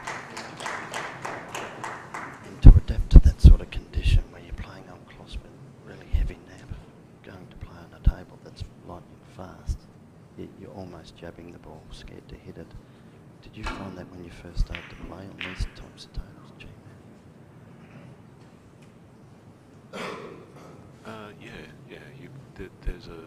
There's a period of time there where, you know, you just it's just second nature to the way you control the ball on the certain kind of cloth we play on, and then you're playing on something much slicker, and you're losing the white ball. The white's not going where you want it. So that's the art of it, really, picking that up and regaining control of the white ball. So, Matty, he jumped all over that last ball. I don't know if you saw that. Johl an opportunity down the rail here.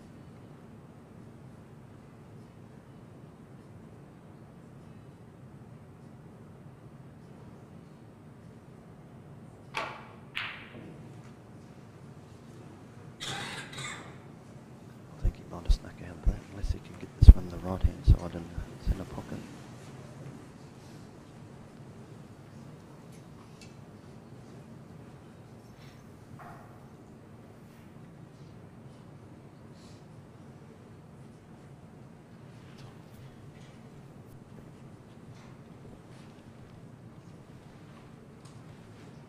So yeah, Les Higgins here with Steve Misford.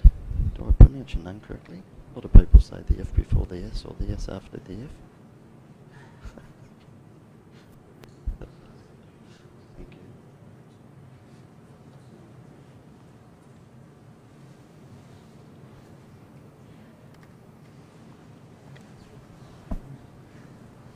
I think your mic's on. Yeah. Okay.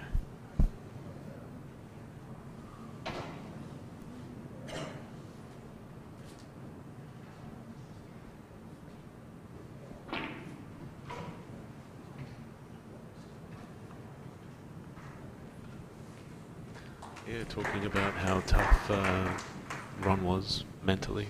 You got two players competing now in this match who are in that mould really.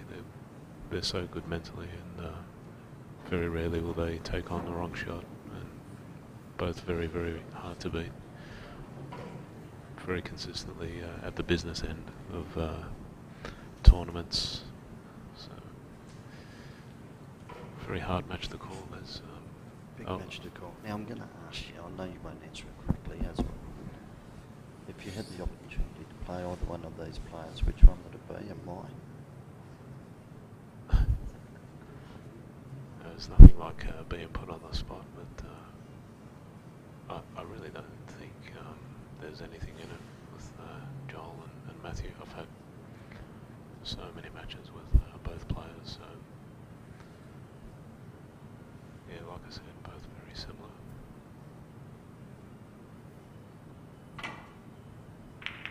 Yeah, they're both very good players when they get in amongst the ball. At the same time, they're very die-hard safety players, and they won't give you anything. You've got to earn every shot.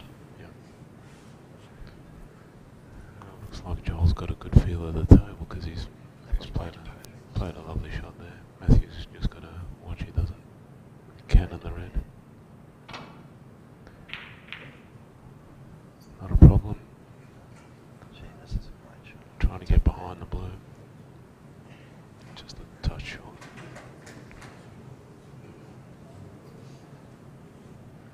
What's I your think prediction here? I think Joel's got a good chance here to put him Beyond the blue again. behind the blue.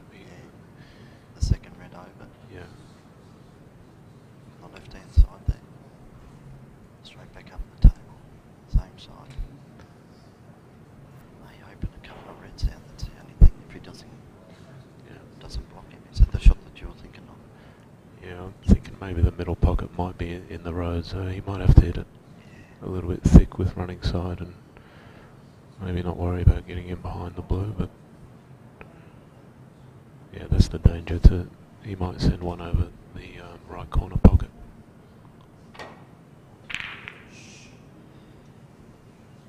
Johl straight up off that shot, but he's played it pretty well.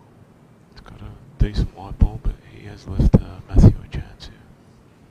Even if Matthew puts this long shot though, he's got to be precision perfect to get on the plate. He's looking at clearing the brown and just clipping that red down below the pink. Yeah, let's see where he's putting the tip, that's where he wants to land. And the good thing about it is I don't think he's going to leave any other red if he does land there. Just the red he's going to play, so.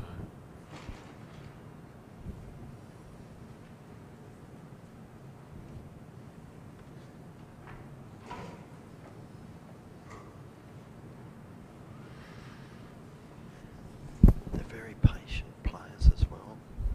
They don't try to, well, they did try a couple of fancy shots which Matthew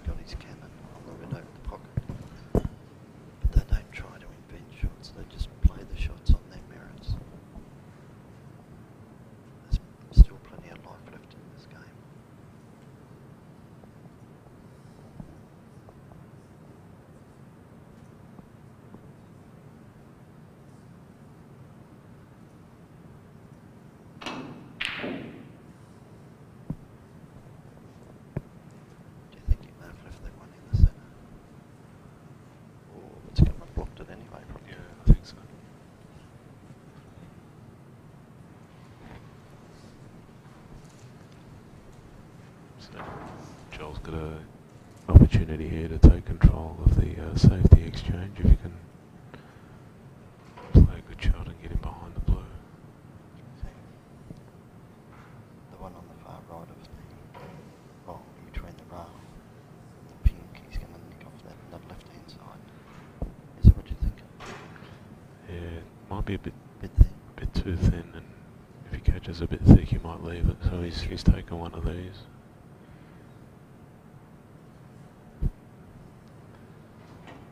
This is all about getting the white hard up, really, and so he's overhit that a fraction, but it's in a pretty good spot. He's hasn't left Matthew too many options here. So Steve, what tip are you using at the moment? Just an elk, Liz. Just an elk. Yeah, just So those you've new, stuck with that those all the new, way through? those new elks, the elk pro, and yeah, it seems to be really good. And have you tried the new Johl that doesn't give you any kicks? I don't know the name. I did, yeah. I didn't. You got too many kicks. We didn't get along. I had a few miscues, so I changed.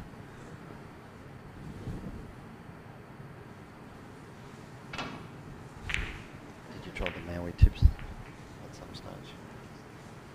Yeah, I have tried the layered tips. I tried the Kamuis, and I've used them for probably 3 or 4 years.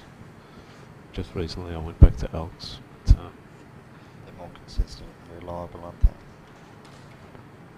yeah, both tips are good.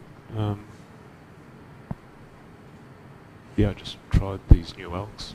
A friend of mine gave me a few and gave it a go. Yeah, played well straight away.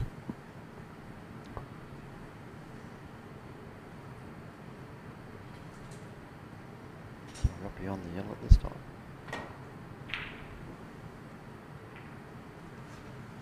Oh, he's got that around nicely. That's a weight. That's perfect, yeah. That's a great shot. That's a great weight. So that red, not on this shot, but the red inside, the black there goes. The black goes. The black spot is free. Whoever gets in here first is going to do some damage.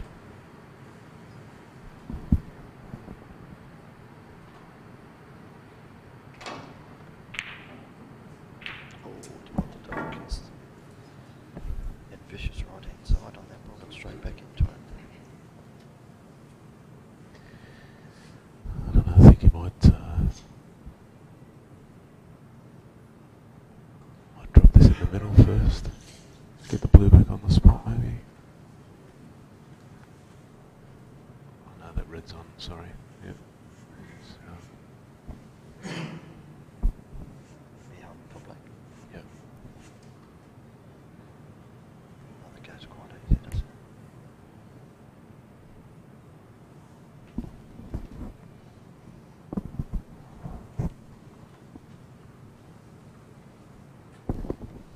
Yeah, the problem he's got a bit of angle on that red, and he might be going into those reds on the cushion, so. Yeah, your original shot selection looks the safest.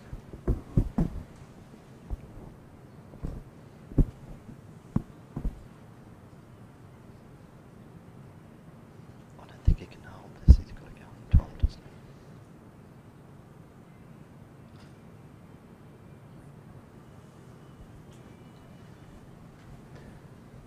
Just getting a feel to see if he can soft screw and hold it, but I think it's a bit too much angle. Yeah, great.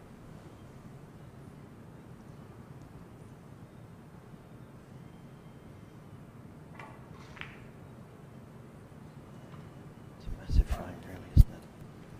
3-1 or 2-all. Now, you had a good game against Roger, fair brother. Roger led you 3-0 in the quarters. Yeah, I can't remember being 3-0 down and winning a match, so that was it's not something that. Don't talk about it. He's always there about Roger, hasn't he? Oh. Joel, right.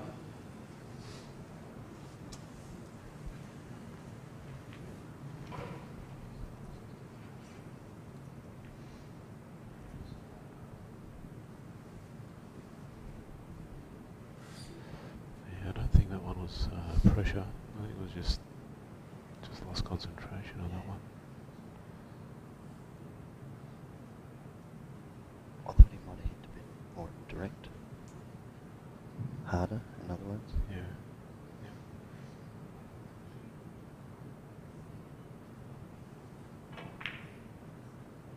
It's all about this shot, really. If you can get through this gap, which he's done perfectly. Played it well. So, Okay, now Matthew, as we know, plays every shot on its merits.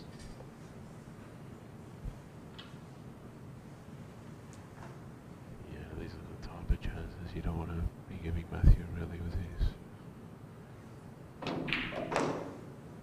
tight cue ball control, with his, billiards knowledge. He's doesn't make many mistakes when he's in this sort of a position.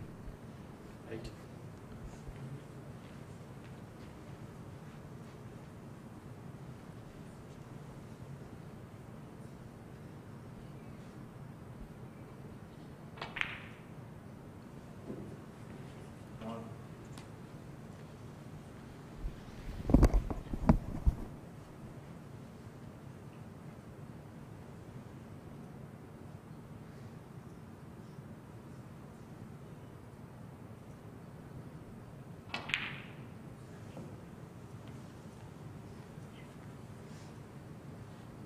Looks like he's at the right angle here too, if not straight, just to come back down for the black again.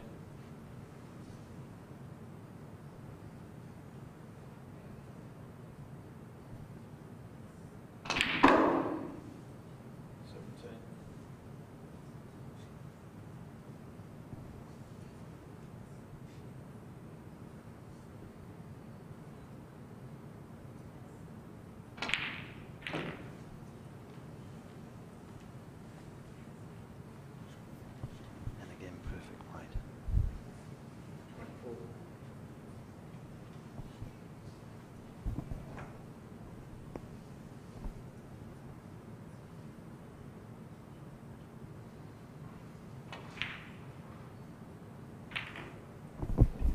He's overrun that a fair way.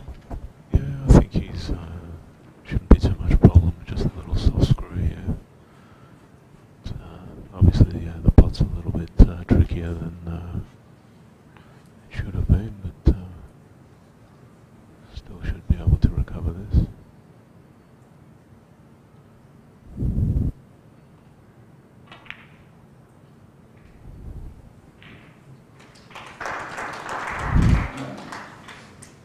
A typical little tap screw shot in billiards that he plays. Yeah, Just I to was hold the white. just thinking that. Yeah. Another little cannon back. Probably not in the best position in billiards, but that was the type of shot.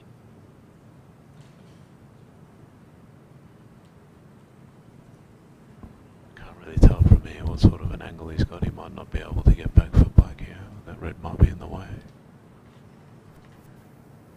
Yeah, you can get through. Nice. Yeah.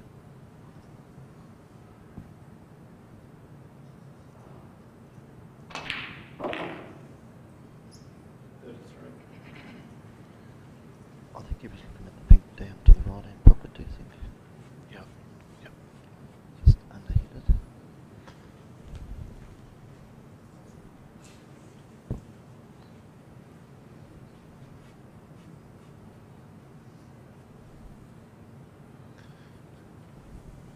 These always take a lot of control to get these positional shots right.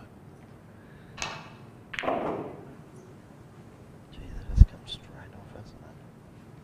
And it's turned out a good shot. That's perfect, yeah. 36. Again, here's these little flick-in shots that he plays so well.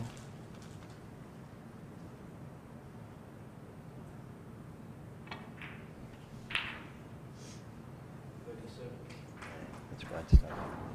Pretty to watch.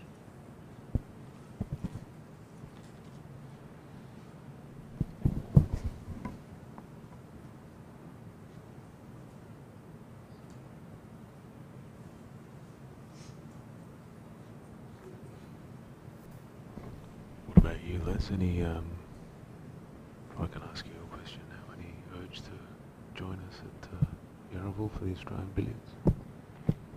probably not. Thanks for the invite. But yeah, look, I've had my time in the game. Enjoyed every minute of it. It was great to play again. But yeah, the standard's not there, is it?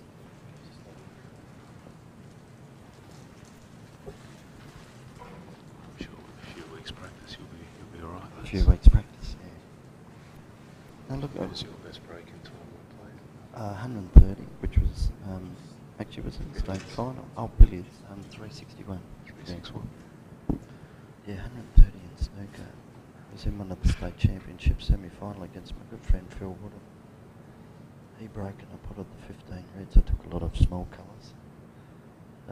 Yeah, and potted out. And then followed up with the 104 in the next frame. So that's when we used to be able to hit a pretty good ball. 2 in a row. That's 2 in a row. It's a great achievement for any player to make 2 in a row in match play.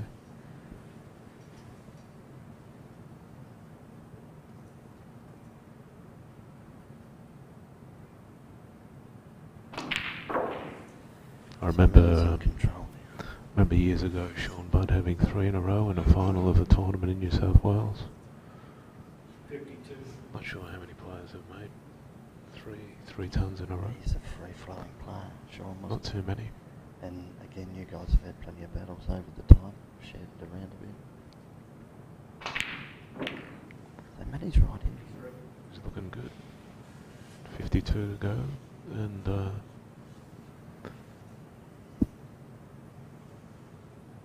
I think it was.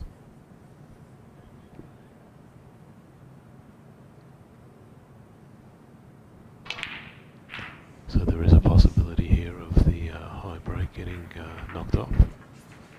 A lot of work to be done because of the 3 reds below the black spot. 60. But he's got a good chance here. He really needs to get a good angle, like right on the left-hand side of the black ball, to put the black in the right-hand pocket and then open those 3 back reds up. So red, I think black, that'll come and after another this red. next yeah.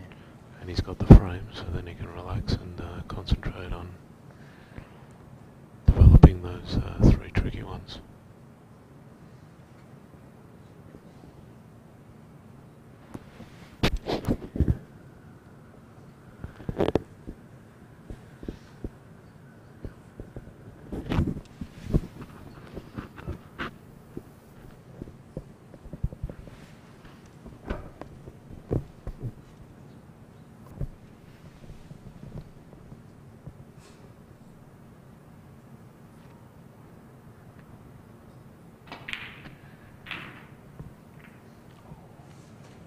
So for anyone watching who doesn't know, the high break at the moment is held by Johl Younger. That's a break of 121. And he might just have enough here to chip back out. 69. No, that's right. Yeah, this is tricky. It's almost like potting off.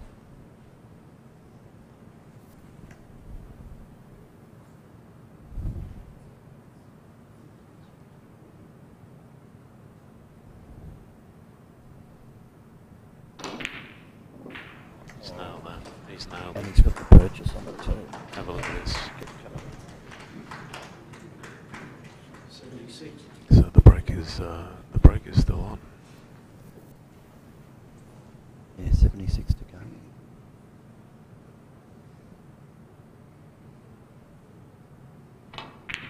Possible 135 here if he takes all blacks. But I think he's landed a little bit straight on this. Yeah. If he's just a touch under straight, maybe there's a possibility of a strong run through and getting into him. But tough shot. Well, I think he's thinking just drop it in and he's going to be on that red. Yeah, he's going to be on that red. Top red. Just wants to follow like 2 inches here.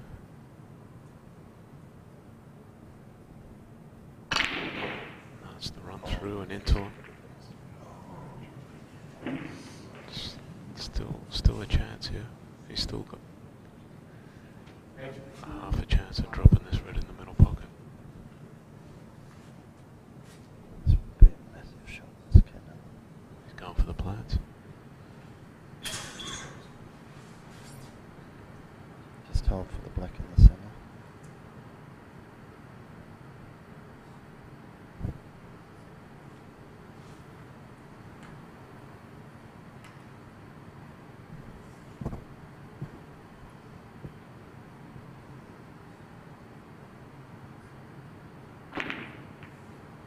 Bad luck.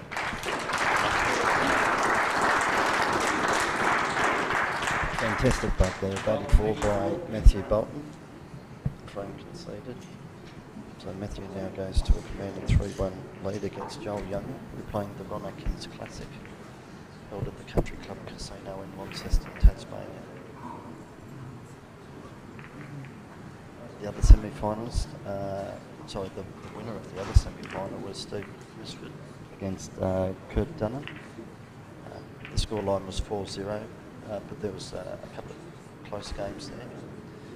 Steve Misford is with myself in the commentary box, and Steve, a bit unlucky there, Matty.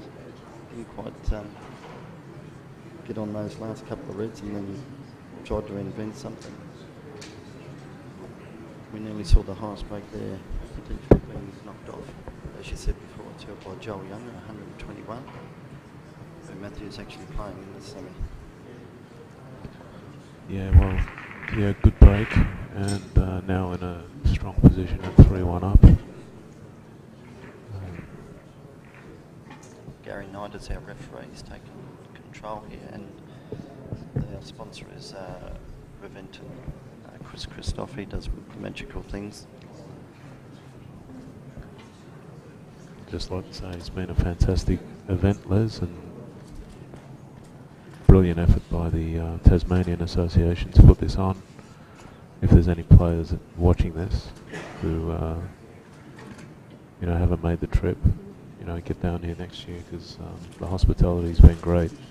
The setup for this, the final, the one table here, absolutely superb. So yeah, thanks for that. It's been a lovely trip. And of course, all the people in behind the scenes that have made this happen, of course, Leanne Atkins, Rex Swain, Robert Higgins, Paul Cosgrove, and many other helpers around the scenes.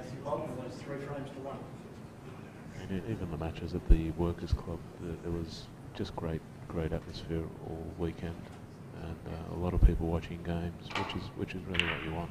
You want a good crowd watching. And yes, all the players have really enjoyed their time here. So nice break by Johl. Scoreline 3-1. Matthew Bolton leads Johl Young. This game is not over yet. Best of 7. In saying that, Matthew is quite a bulldog. He's behind, but even hard to beat when he has a commanding lead.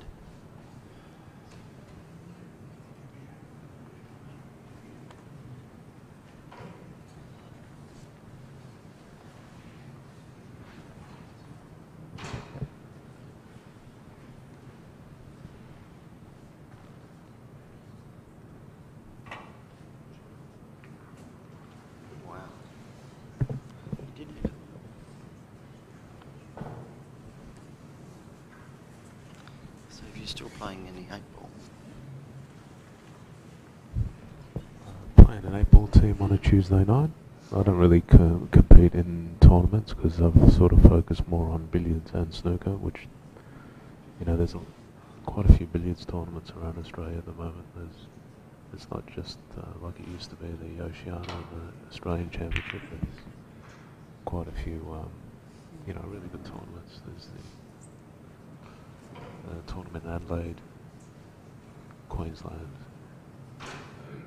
couple in Sydney as well. So it's a bit hard to play all the Q sports. It is, and we don't differentiate against any code of Q sports. We're all the same.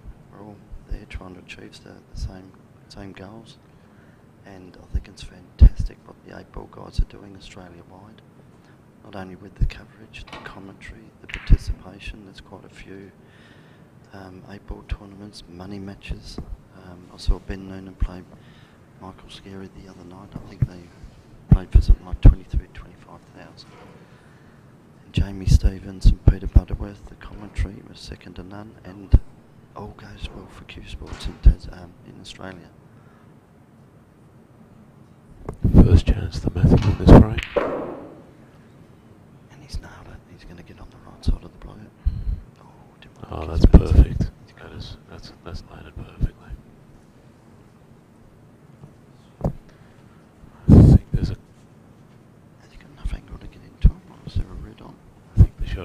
go into the pack on the left-hand side, and he'll cannon the outside red over to the pocket there. Yeah. Just loosen him up a bit. That's what he's looking at. It's got quite a margin of error, so he's just got to miss that pink really. Should be okay. I think it's a lot thicker than what we think in this bowl.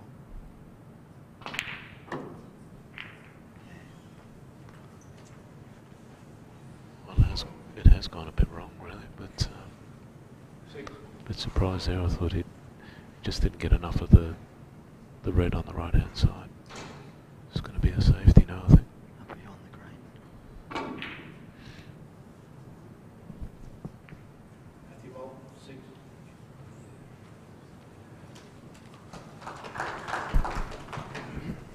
Geez, really put Johl under the pump here. That's just perfect weight, isn't it? Yeah, even the escape shot's not really there because that red on the right hand rail is going to impede it. When you talk about safety, that's the key really. When you start giving your opponent just the top of the white tee, it just limits what they can do. So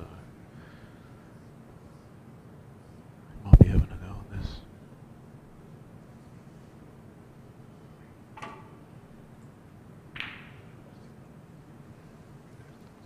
Well, he'd done the correct side if he was going to miss it to make it safe. Yeah, I don't think we'll see Matthew taking this on. I think he'll just flick off that ball on the rail, do you think? You know what? I think he's taken on the cut. Oh, near the black. Yeah, Yeah, of course it did. shot to nothing.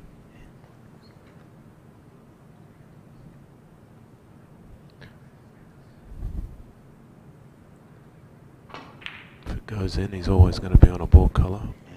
So he's away again. Another chance.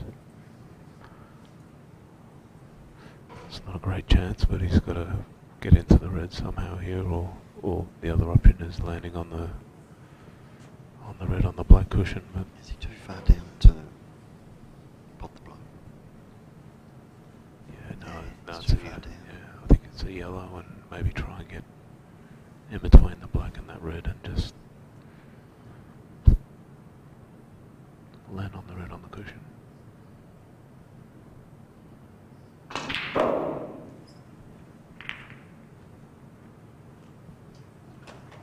It's a big effort to get down there and get into it.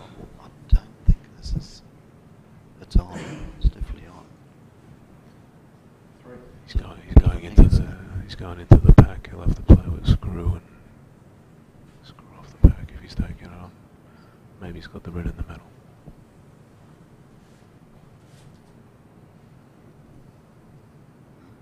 Yes.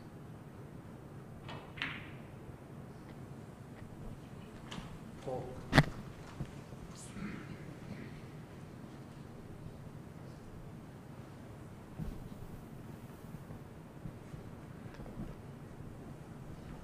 He really wants to pick the gap there on the right hand side of the pink. He's not taking the blue. That surprises me a bit, because he had options there. I think he could have gone into the reds or.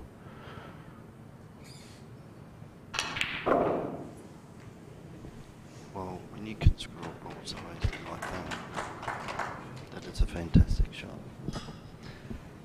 And again, it's almost a match winner way he's playing at the moment.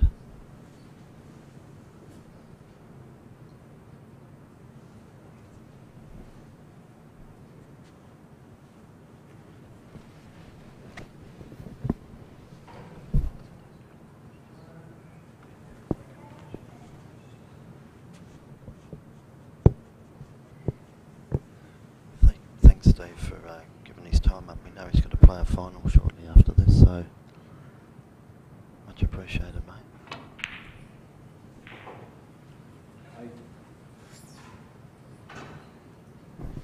No worries. Thanks, Les. Enjoyed it.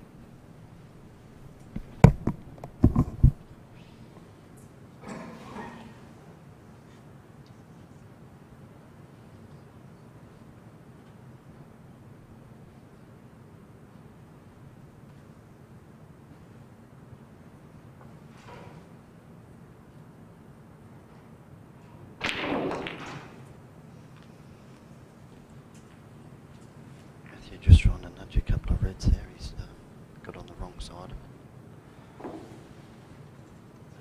Thanks very much. All the best in the final.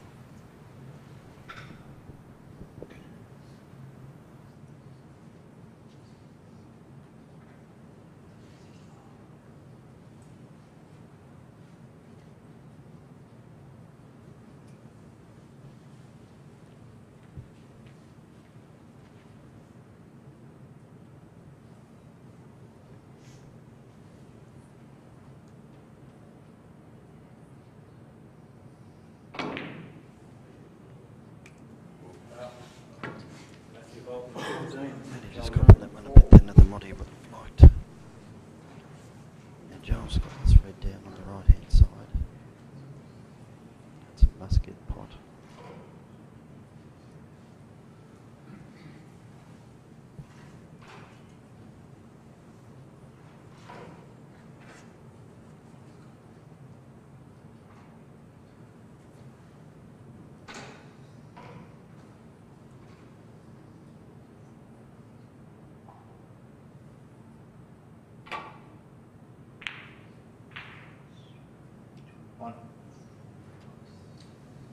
Well, that ball just kept on rolling. It looked like perfect weight there.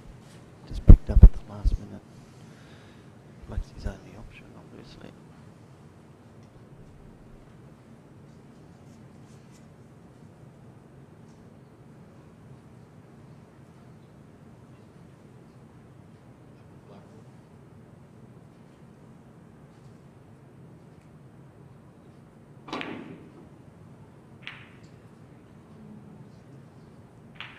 Johl's been a bit. In saying that, I don't think he's left a lot on here.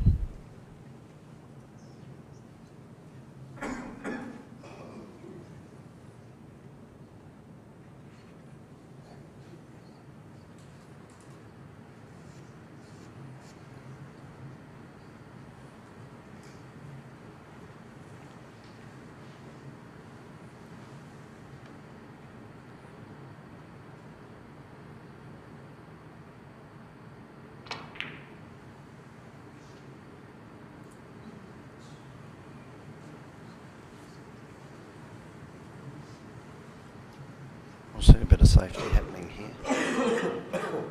There's not a lot happening with the pack, fairly congested, and there's two reds on the rail.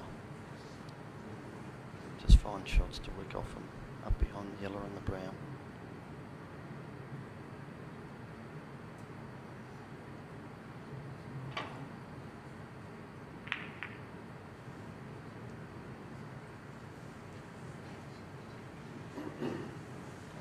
Johl tending to lift up a bit more now on the shot. Matthew looking at a safety shot, but a possible Jackie plant.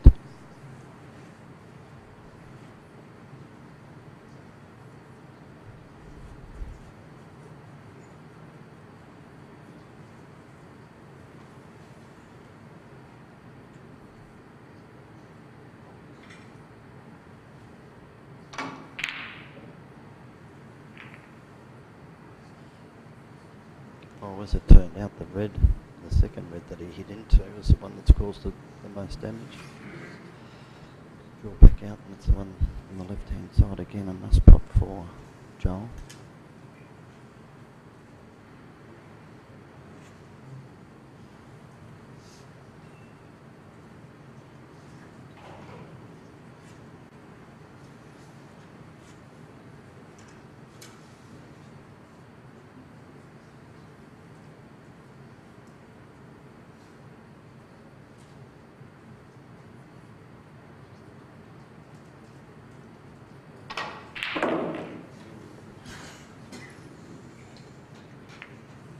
He's been a bit stiff here, is he? I'm not sure if he's on that black or not.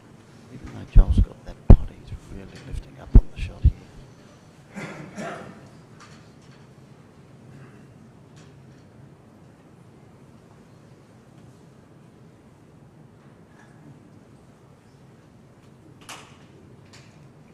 It looks like the black is actually on.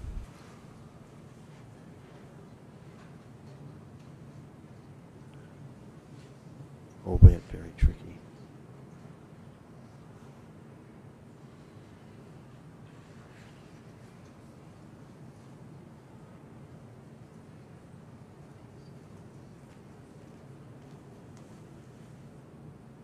Yeah, that right hand red might be just impeding the pot on the black ball.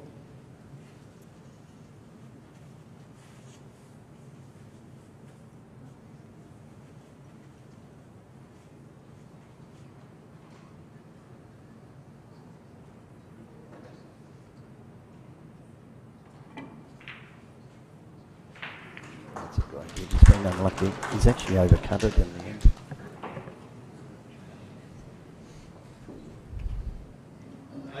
Keeps him in the game, that's the main thing though. So he's got a touching ball here. He'd be looking at straight up the table, trying to get him behind the brown.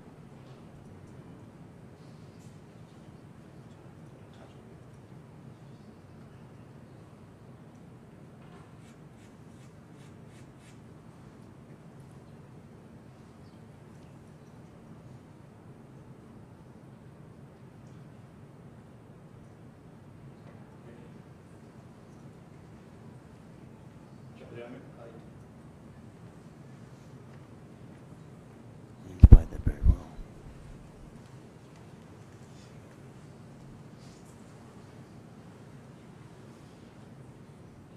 So I'm not sure if Manny's going to try to come off 2 rails and get into those little cluster above the black, or try to sit on a red on the rail here.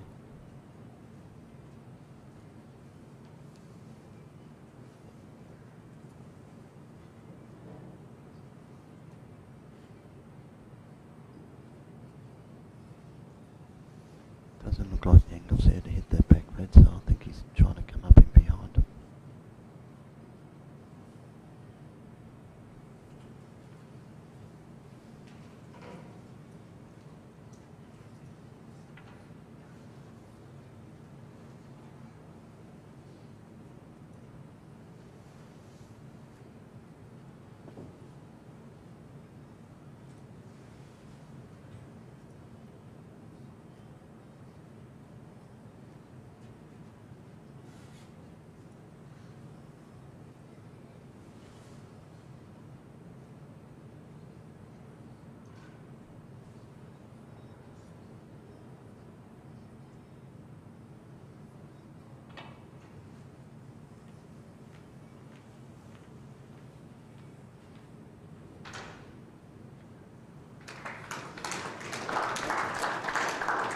Well, we see that it's a fantastic shot. The judge of pace.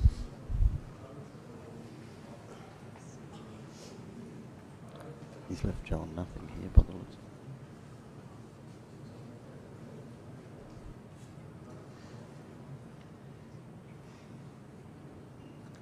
Sold his magical work there.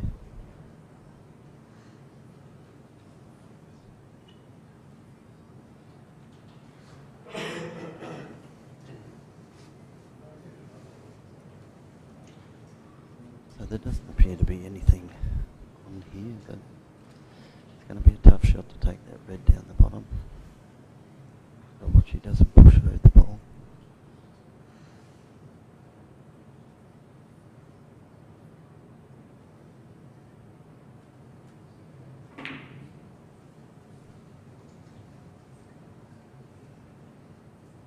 And what a magical shot. That is one of the best shots you'll see under pressure. He's held well for the pink.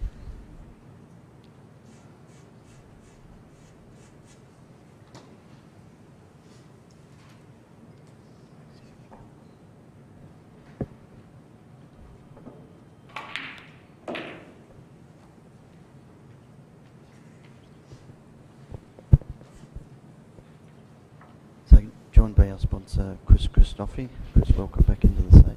It's good to be back. It's looking like a very good match at this point. Both boys are playing well. And hopefully Johl can push her on a bit further. Don't know if you saw that last red that Johl potted. No, I didn't. Long in the green pocket. I missed that shot. Just dead wide. So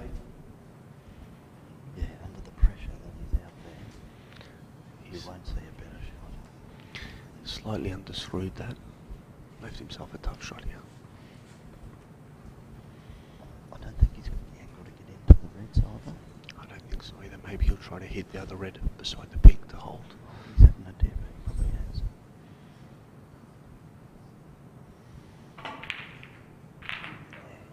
Oh, I He's don't, been unlucky though. I don't think he's landed on anything there. Unless there's a plant there.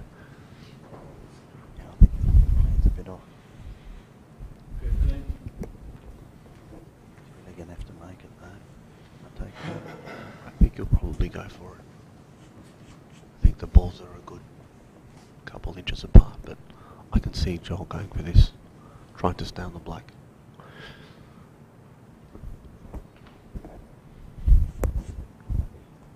He's got to be careful where that middle red goes. It might jut down near the black.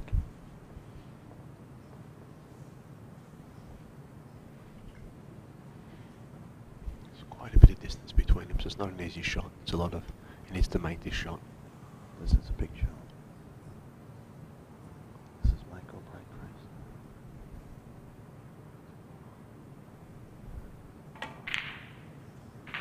Oh, 16. And Good that red putt. nearly came down. good putt, but he's left himself a tough shot here. And the white's in no man's land for the next positional shot.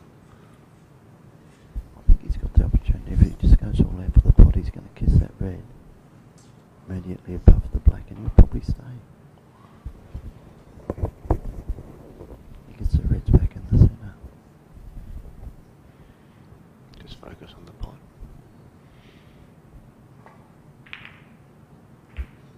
That really jarred Oh, off. that was a tough shot. He's overcut it, that's why. It's not a bad result though. He hasn't left anything for Matty here. Yeah. He'll have to play safe here, so it could have been This a is lot what I was worse. talking about. Look at this for a shot under pressure. Awkward queuing. Well, plus he's got to avoid the push shot as well. Just a dead weight shot.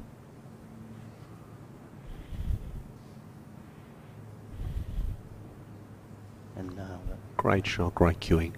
Yeah. You leave it up every time if you miss it. And good camera work there, Soldy. Thank you, sir. Always going to be a tight match between these two. Both very hard match players, Johl and Matty. Got similar styles. Yeah, very similar styles. They don't take anything special on. They don't miss many easy shots. They're very high percentage players and always very handy. And deadly when they get in amongst them. Yeah, they're both great scorers. The winner obviously has to play Steve Misford, which will be the final. No matter which one of these two gentlemen win, it will be a great final to look forward to. And what a big tournament to win the inaugural Ron Atkins Classic, and I'm sure all players were gunning for that title.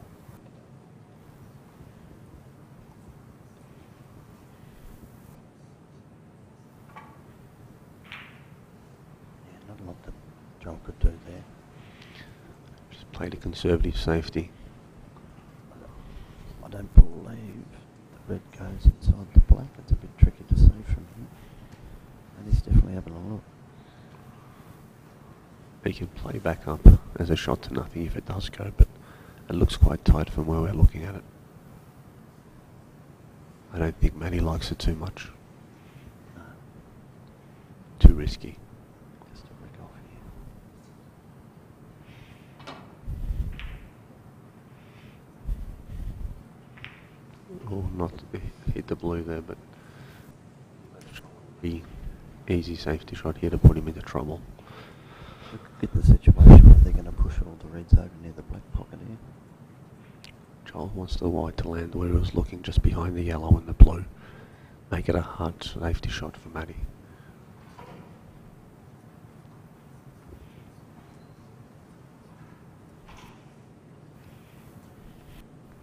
Obviously he's worried about what Les was saying, pushing the red across.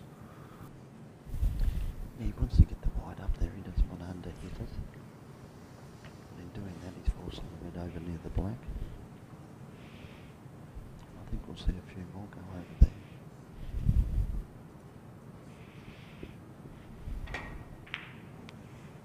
He's played it a lot thinner to avoid that. How's he looking? He's played it very well. Great shot.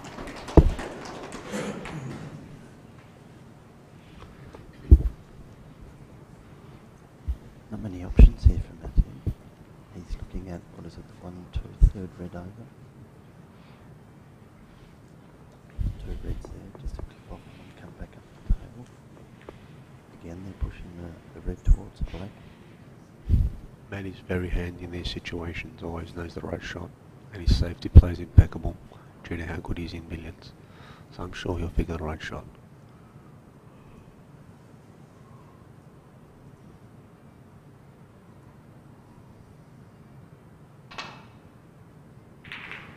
Oh, he's gone off of the pot. Not a bad result. Trevor, do you reckon there's a 3-bow cannon here? I think that red's a bit too far in too. I'm not sure. I think it's too close to the rail to be potted, to be honest, from where I'm seeing from here. On the better safety shots Matty will play. I guess from this point it's pretty tough, because if he leaves that red over the pocket, it's going to leave Matty an easy opener. So Well, I'm just wondering if he goes for this long red up near the green pocket again. he might not have many options other than that, to be honest. This is tight.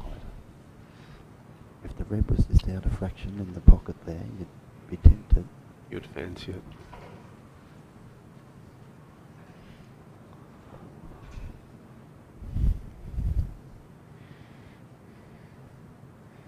Just weighing up his options. I think he's going to go for the shot that you said. Yeah, I fancy that shot. Give himself a chance to win the frame. It's a musky. Keep saying that, but shot from here and here.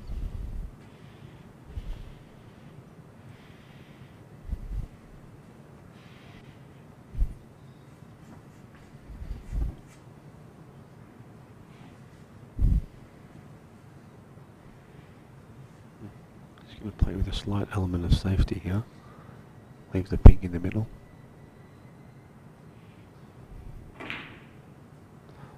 Oof.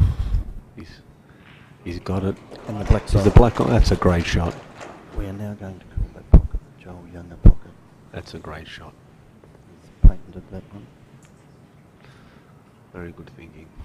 I don't know if he can get enough on this, Chris. It doesn't look like he can from here, but I think he can. If he's played that shot, I'm sure he would have calculated that. Might go in off the red. Yep, Yeah. that's what I thought. Great shot. And now looks like he's in control of his frame. Well, you know, he deserves everything that he gets here. He's had a decent run. It's paid off. Just about keeping himself together now, potting the rest of these reds here with blacks or pinks. Should get him across the line. He's already 10 points in front.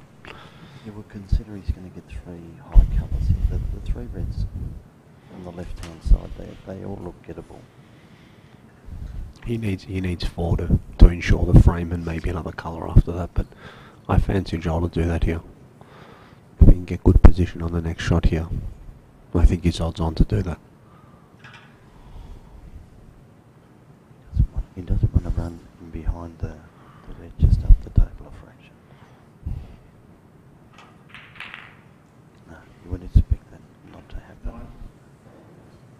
He's okay here. He's played it. He's a little bit under-hit, but he's okay. I think he's got a good angle though to screw up inside the pink there and get those reds back down.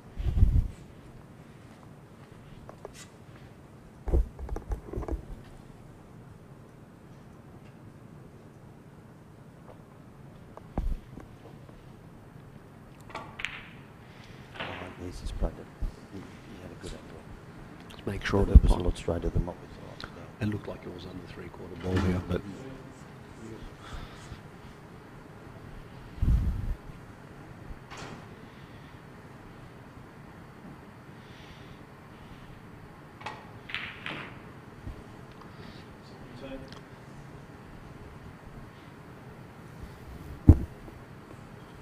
Looking at it live, it looks fairly straight, this black.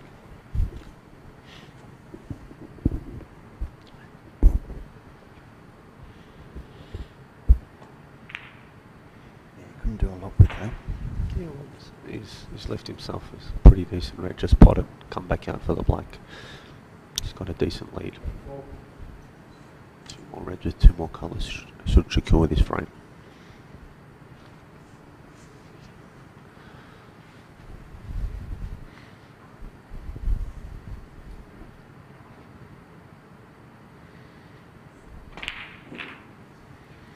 It's 27 in front now.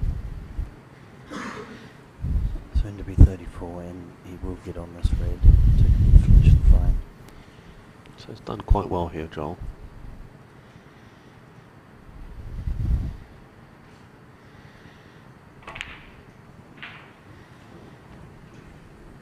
It all started with that great red down the corner to set up the black, the left-hand corner pocket. 32. What a great shot. It was a clever shot too. Magical shots to actually get in amongst them. His controls.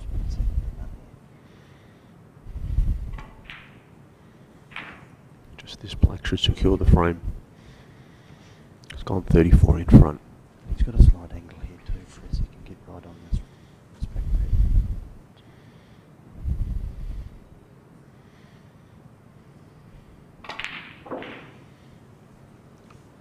You just roll this in now. Make sure he gets the pot. Secure the frame. 42 diff, 35 possible. Because you don't want to give Matty another chance with his ability.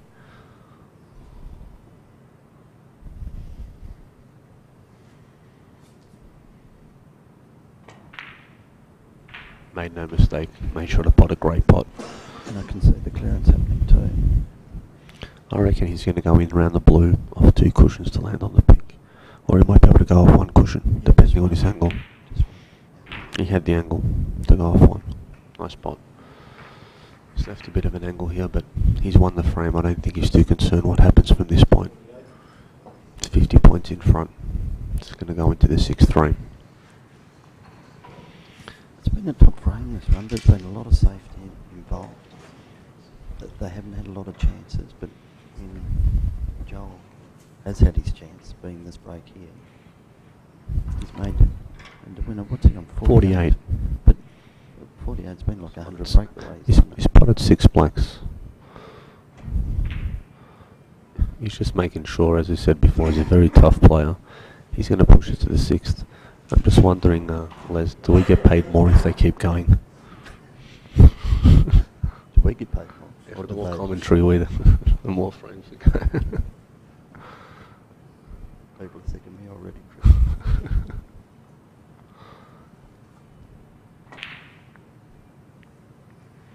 Joel's really got his scoring boots on. He's starting to score really well. He's loosened up a bit more. And it's been an enthralling match. It's gone down to 3-2. We would expect Matthew to come fighting back as he does so. He's a tough competitor. You still got to give Matty as a slight favourite, being 3-2 up. Yeah. But you can't write Joel off. He's such a bulldog. He's definitely one of the hardest players on the circuit, and great effort, Joel. So Johl Younger takes that frame. That makes it 3-2 to Matthew Bolton. We're here at the Launceston Country Club Casino for the Ron Atkins Classic 2018, sponsored by Reventon. Reventon. Right. So You're getting I'm better. getting there. You You're said getting there. sounds like 7, so Reventon. Reventon and Chris Christophe, our major sponsor, and we thank you once again. We're glad to be a part of it. As they just put up there, the Vinnie's CEO Sleep Out currently raised $11,754. Where I'm trying to raise money for the homeless people. It's the 20th of June that I'll be sleeping out on the street for one night. My goal is to raise 40,000. I'm currently running second in Melbourne, 14th across almost 1,300 CEOs. The more we raise, the better it is. And as I always say, it's very important to realise how fortunate we are to help people less fortunate, and there's no one more or less fortunate than the people on the street. So please get behind me, either by donating or sharing the link, or doing both. All your efforts are really appreciated, and it's going to a fantastic cause. Thank you. Well done, Chris, and it's a credit to you, not only for your sponsorship of snooker and billiards and Q Sports, but for what you're doing for the underprivileged or the people that don't have shelter. So Reventon, property investment, property advice, property management, home loans, financial planning and accounting. Thank you. We're, as I said, a one-stop shop. It all starts with a conversation. We're happy to speak to anybody and put them on the right track.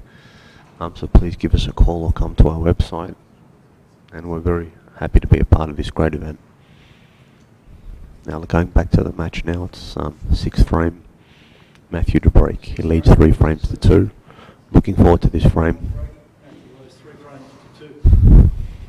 And it can't get much better, but the winner's waiting to play Steve Misford.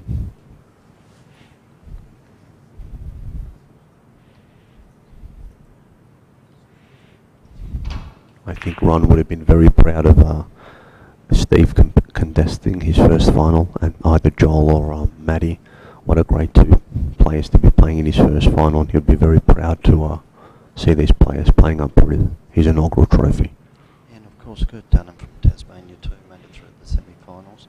He went down 4-0 to Steve, but the last couple of frames were right in the balance. The scoreline probably doesn't reflect how close the game was. Well, it's very glad to see Kurt back. He's actually the first Tasmanian-born professional. I know there was James Gianna, but he wasn't born here. But either way, he's won. They're both Tasmanian, but it's good to have Kurt back. One thing I will say about Kurt, I spoke to Neil a few times and he says people don't understand how much he's improved and how much work he's put on the game. So well done, Kurt. It's great to have you back home. It's great to have you back home, and I hope you continue your progression in the sport.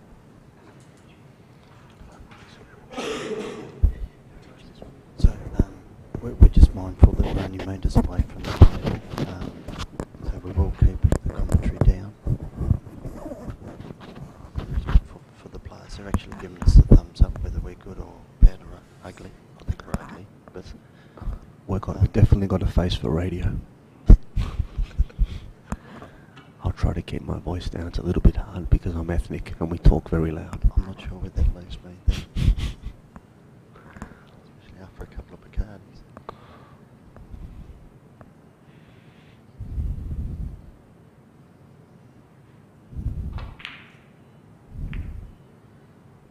It's a great shot. Great shot by Matty. And as we know, we knew he was going to be fine. The beauty of the way these guys play, once their frame is done and dusted, they move on to the next one. They don't dwell over their shots. It's always hard to do. I always found that a hard task when I was a player.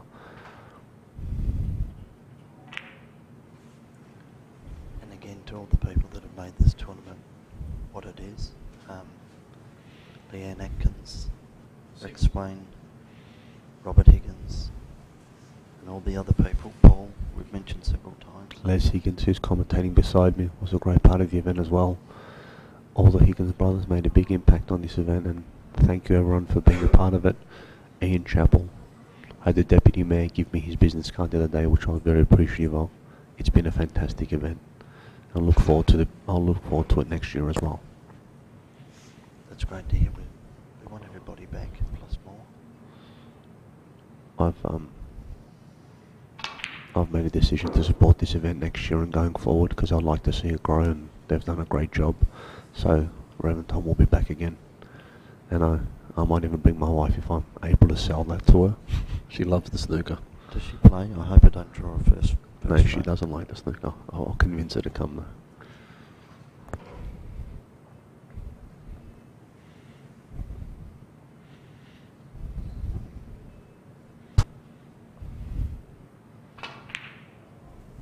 Can I say that Matthew's actually got that? The look in his eye? Yeah, he has. I I've saw seen that it many times when I've been on the receiving end.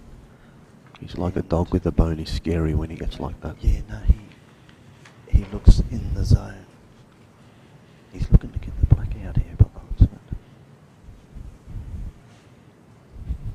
No, he's going to punch around. Come back up for the blue. Oh, that's an unexpected miss by Matty. I think he's got out of it though. I think he's pretty safe. I don't know if that red clips across, but I think it does actually. He's got a shot to nothing here. Yeah, right. I don't know if he'll play it So though. the far left red here will go in the right hand pocket. The black pocket.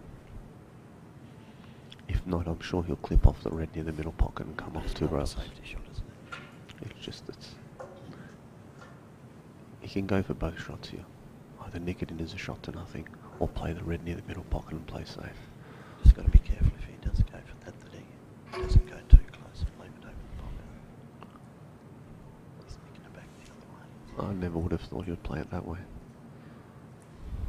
Gee. I think he's, yeah, maybe he's got a gap. Wow, this is a big shot. Yeah, I think he doesn't like it, it's too awkward. Yeah. It's a tough shot. He's just going to clip over.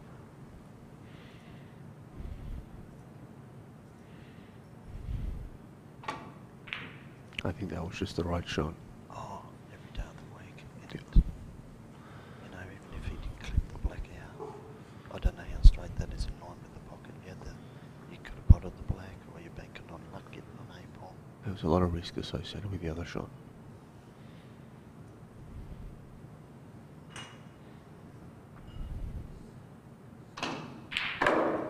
What a great pot. Great pot. Played it perfect. Landed it. This Matthew is in the zone. Definitely one of, if not the hardest match player in the Australian circuit. Hard to beat. He's a great all-rounder. And you can just see that he's come out with a sense of purpose in this frame. We're talking to him. Send a quiet word to our Tasmanian President Rex Swain there. Done a fantastic job in getting this tournament up and running. Yes, yeah, I have had him in my office in Melbourne a couple of times discussing this event and been on the phone with him, and he has put a lot of hard sweat and tears in this event, as I'm sure a lot of people have, so it's a testament to a lot of great people in Tasmania getting this event together.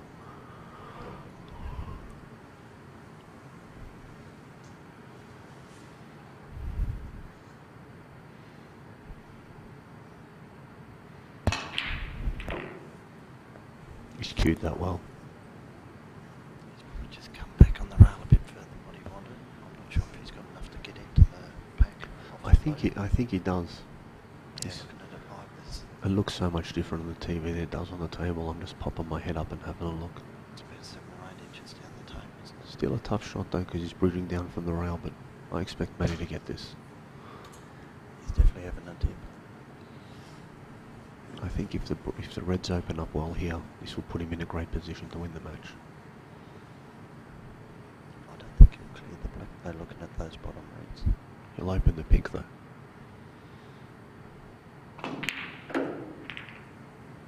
Oof. Yeah, look at him. He's I think played he's the sensible shot. I As think in he's just on- flush out a couple of reds.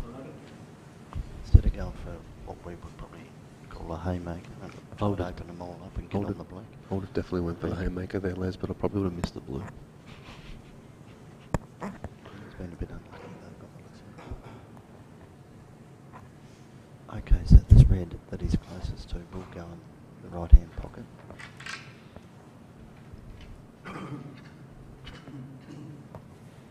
He's chipping away though, he's 24 to 0. Yeah, it's a nail in the coffin every time you chip away at a red, isn't it? Colour red, I should say.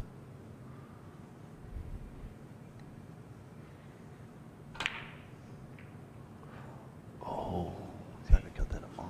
he has, because it almost went in off the pink, but Matthew Bolton. I don't think Johl can see that red. No, I don't think he can on that. So he's been, well, not really fortunate because he kind of played it that way to not leave anything on, so.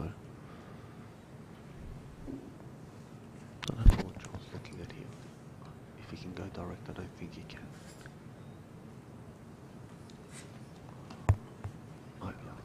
Actually, he can go. I reckon he can. It's a tough shot though. The red's hard up. You really don't have a lot of control over the wide. That's how I feel on most shots, Les. I'm like that when I break. It's a tough shot. Bottom right hand side.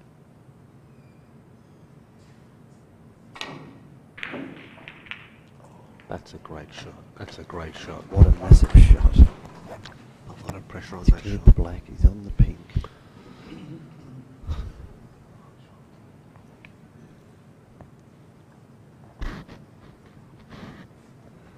Yeah, great camera work, somebody. Bridging down with bottom right hand side, easy to transfer unwanted side on that. Make a mess out of it before you get there, way to 2 thing. Great pot.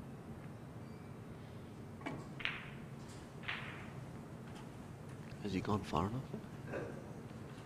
Having a good hard look. This is in the clinches. What a great match this has been.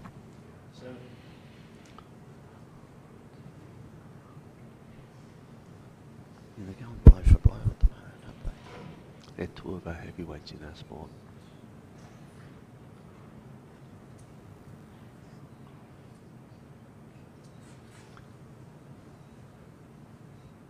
Took one of Victoria's best versus WA's best. Always a great match. I think he's looking at playing this with side to kick it in. Yeah, I think he's had to play it with left.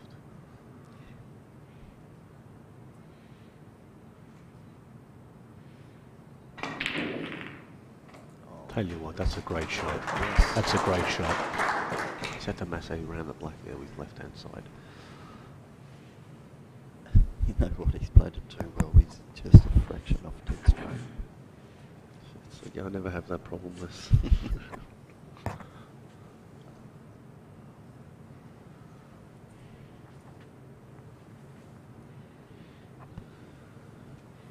Not sure where he's searching for his next red. Maybe the one on the left hand side here if he screws back. I don't think he's got the angle though.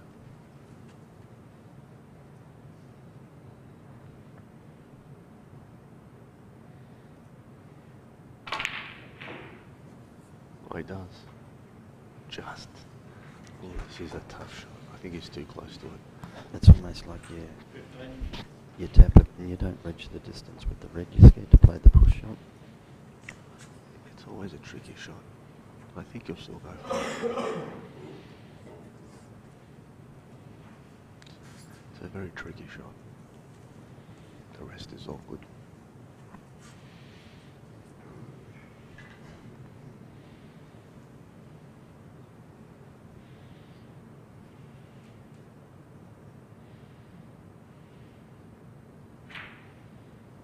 Well played. Yeah, well played.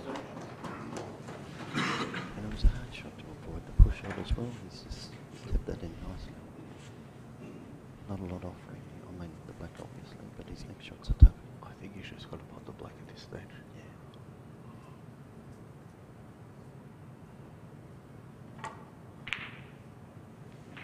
That's another great shot. He's queuing well. Well, you know how tough those shots are when you're trying to nurse them in. He's clawed it back 24-0 to 24-23. These two are very evenly matched, and it's been a great match.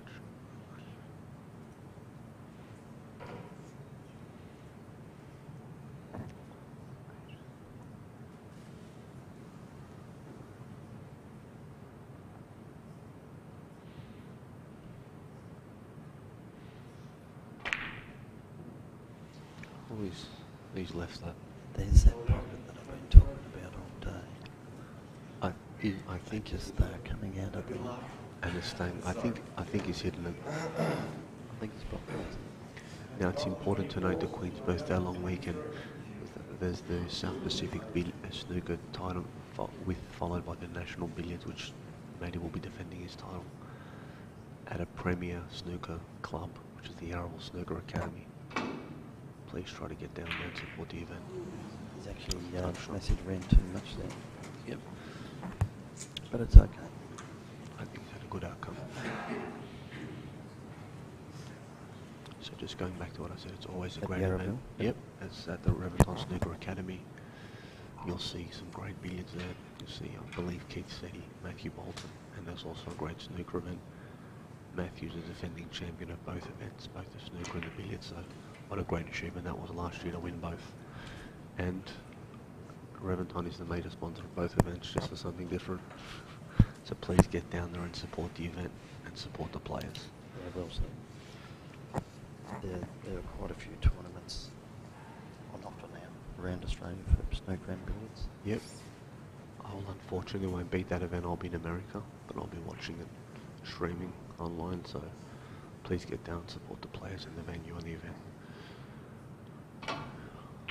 You'll see Matthew there, you'll see Johl, you'll see Steve, Kurt, and all of Australia's top players supporting it. That's a very good shot by Matty. Now, Chris, by Matthew playing that shot, this has really opened the game and made it dangerous for whoever gets in next is going to scruff this by the throat. It's anyone's game at this stage. There's only 1 point in it. Whoever pots the next red, I think, is going to take a decent lead in this frame.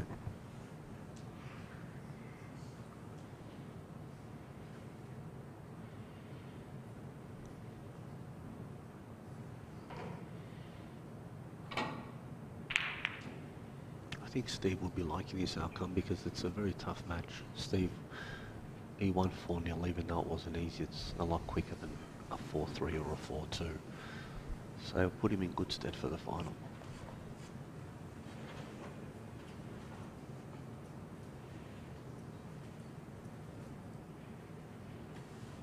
Matthew playing a shot to nothing here, going for the pot.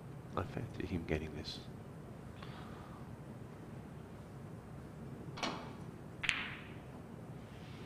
Maybe next shot. Yeah, he had a free swing in it though. The whites were just travelling up for save. Shot to nothing. He's left a tough shot here for Johl. He's got 2 shots here. We can play the red as a shot to nothing. We'll play the safety. I think he's going to play the safety here. He's just got to be careful if he plays this one on the left. He doesn't get the double kiss. Sometimes you can cop him a bit thick.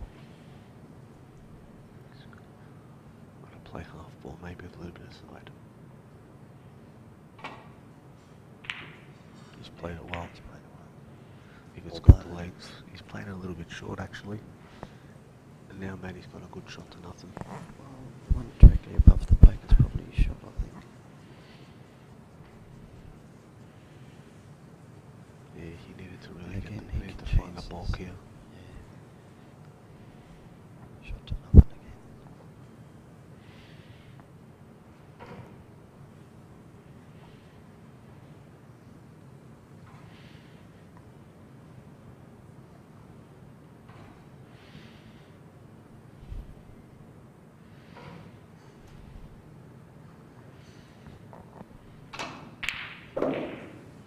Nice shot, Matty. And the white's starting to pull up, is it? Just came a fraction too far. Yeah, it's 6 inches away from either being on the ball colours or the blue, but still confident that Matty will pot this.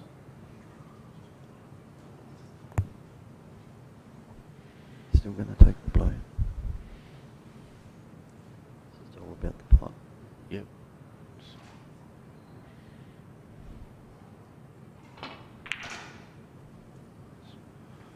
He's played it well. Yeah, he's held it well. It's a nice shot by Matt. Oh, he's got a couple of options here. The pin's still available. He's put himself 7 points in front, looking like a few more to come.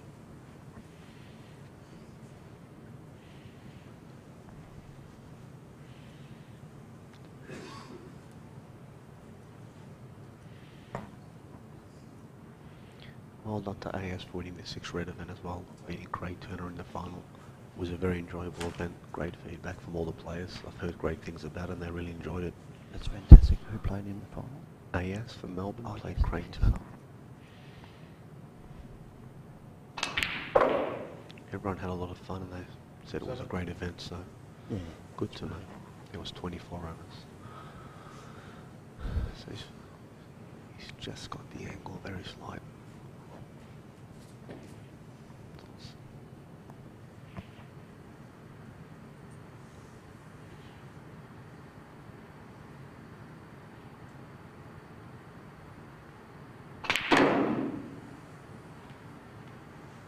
He's done a fantastic job. That's a great show it's a as great far as shot. he did there. So you can get this red on the pink. Open those reds up after popping the pink. It's 13 in front as well, so it's a handy lead to have in the 6th frame.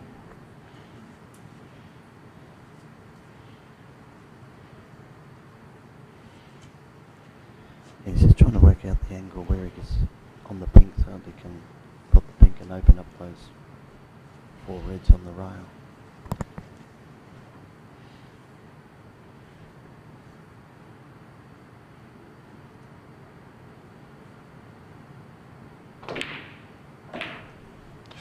It's pretty straight there, actually.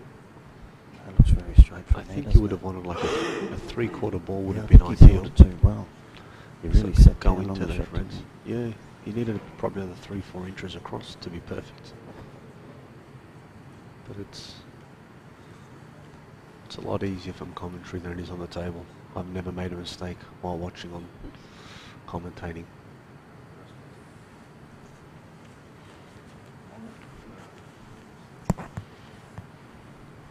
Are you looking for the long rest here? Those 3-4 inches make all of the difference in developing the reds and making the shot more comfortable. But Yeah, absolutely. I think you can clip this back red to stay on the one in front of it. wow, Oh, no, I didn't tried to think he had knock that it sort around. of an angle. Yeah. I think that's the end of the break, but Yeah, I'm not sure how this one in the centre looks. I think the angle's way too acute. Yeah. We're just playing good safety here, but he's got a 20-point lead, which is a good situation. There's 3 reds that are on the rails. Good position to be in, 3-2 in front.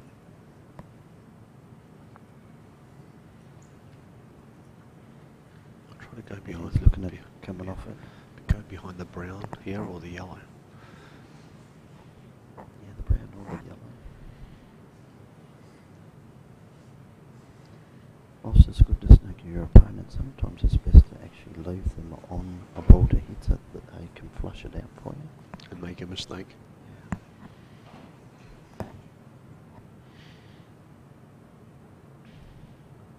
Yeah, he's going. Yeah. Oh. So, that's a great shot.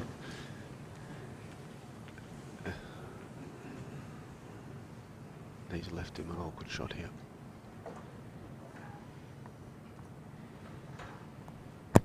Thank you.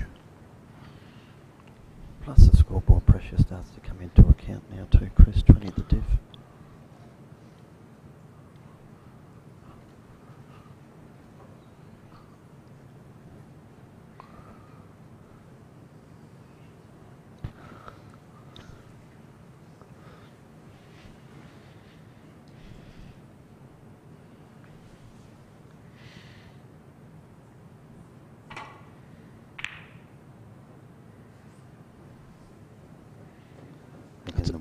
That's a good return. That's a great shot.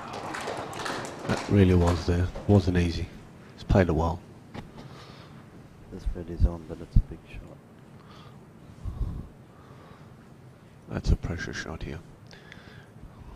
I think he doesn't really have much choice but to go for it though.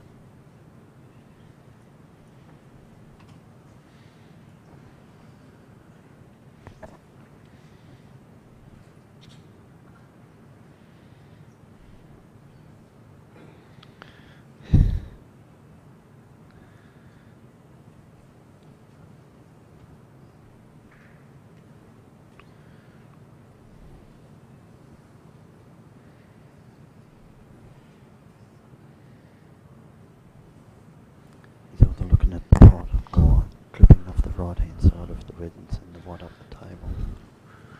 The risk is the double kiss on the way back, but I think he's going for it. he's definitely going for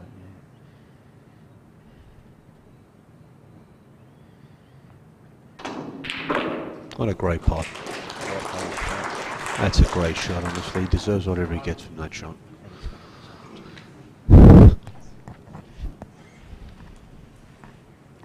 Always good to see a player attack.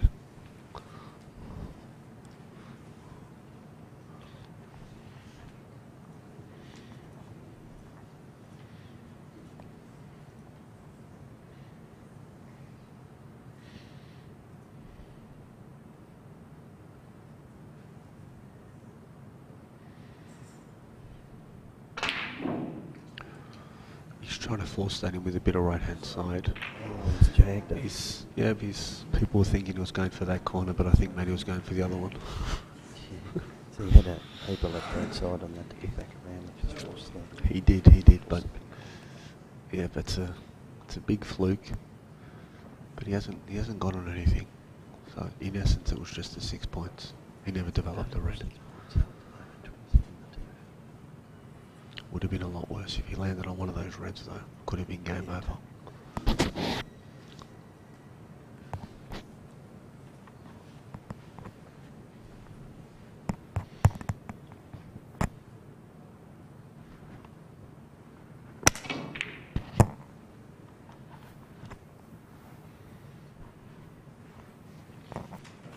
Safety as well. Yeah, played it well.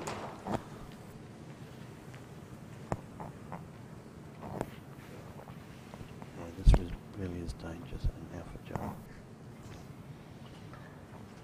He can't afford any more mistakes at this point. 27 points down.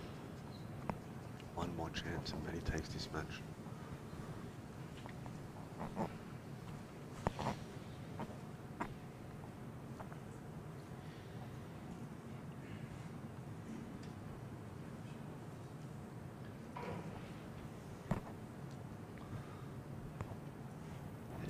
Posters around there with his good-looking guy holding the rest. Who is that, Les? I think that's Chris Christophe.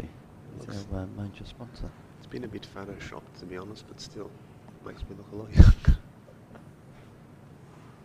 Gee, if Joel's looking at clipping off this black red on the right-hand side, you've got to be careful that he doesn't get the double keys. He's going to be left down there stranded. Not a good shot to be playing. It's a tough one. Very hard shot. Oh, he's played it so well. That's a brilliant shot. That's a great shot, honestly. That's a gutsy shot. Could have easily gone wrong there. To play it thin with side. Tough shot.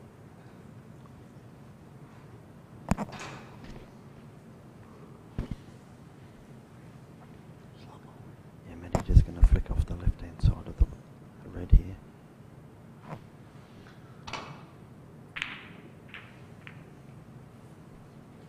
Just played it a little bit short there.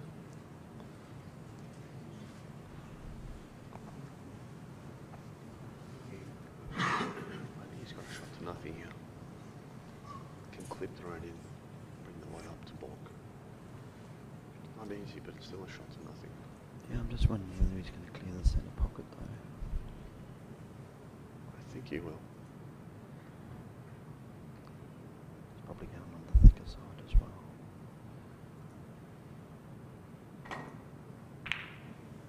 Yeah, Oh, definitely he the cleared shot that to play, easy. Yeah. How's his luck? Gee, they're throwing, aren't they, though? The ball's off the rails. Sliding. Who's next? Matthew. A nice little tuck up here. Matthew's just pointing to himself to say me. Oh. That is a great shot by Johl. And I think his 8-ball talents, those little touch shots, has brought him in good stead for that. They all played that shot so well. I'm looking forward to seeing Matty's response here. Well, it's almost touch and ball, isn't it? But there's no real easy escape shot here. 1, 2, 3 rails. One. There we go, that one.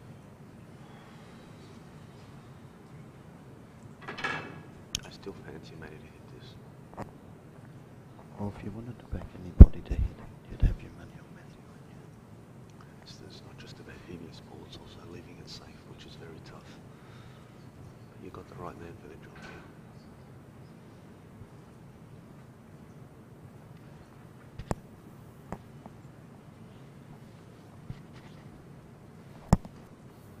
There are very few options. He's looking at coming off 3 cushions, hitting the red. Oh, I mean, the blue's just about in the way. Oh no, he's coming for the one down the bottom here. Yeah. Oh, he must have hit the green. I don't have no idea what he did. He must have hit the green on the way through. Well, it's not a foul and miss either because he's actually hit the red. I didn't know. Wouldn't have. I think Johl's going to. So whether he's fouled over the top of the green or touched it, he actually hit the red. So it's not a foul and miss. Like we said before, that was very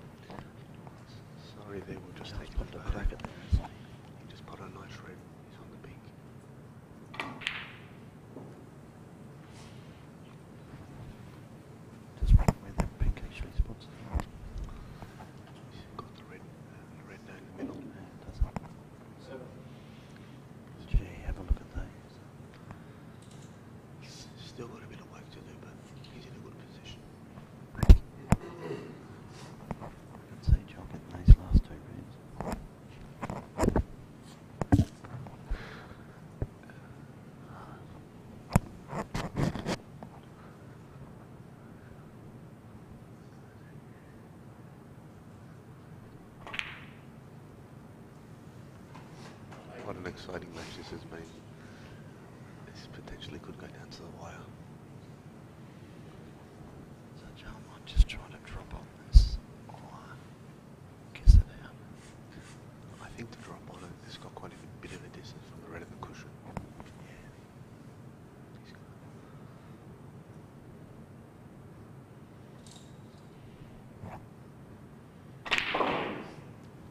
He's played that well. He's played that well. That is a fantastic shot. And this is That's a ping that got up the side. yeah, he's a right-hander here, so it doesn't need to rest. Makes a big difference. You couldn't place it wide even better than that He's got a great angle. with your hand. I'm thinking he's coming back for the blue here.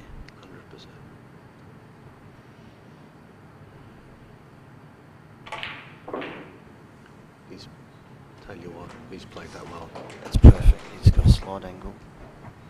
They're all on here for Johl. He's just got to keep it together. The brown is it. The ball. It's the tricky ball to get to the blue.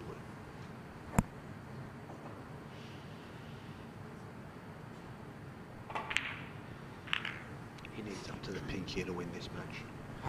He's 2 points behind now. Needs up to the pink, so tricky ball, as Les said, is brown to blue. He's very awkward. I still back him to get it.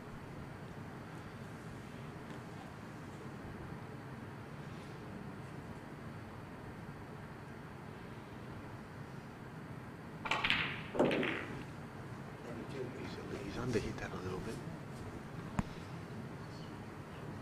But it's still okay. He can follow through with a little bit He'll of slide off, and I think he's good. And the brown's actually out a bit further than what it looks on TV. The brown's very, 6, very 7 gettable. inches out. Yeah. Play a little bit of left-hand side here. Just played that well. He's left a good angle there. He's got a great angle. It's all about the weight he plays this. Oh, and I mean, even he needs a ping, but the ping you ideally want to be potting in the bottom right-hand pocket. He needs to You get don't have a a big chance of a potential snooker behind the black, potting it down the left. needs to land on a good 3/4 ball on the right-hand side of the blue here.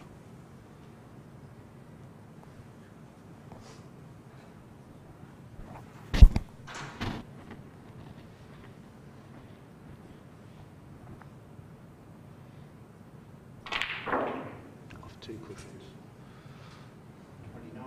He's landed a little bit shy. He's going to have to screw back, play the pink. Yeah, do you know what I mean?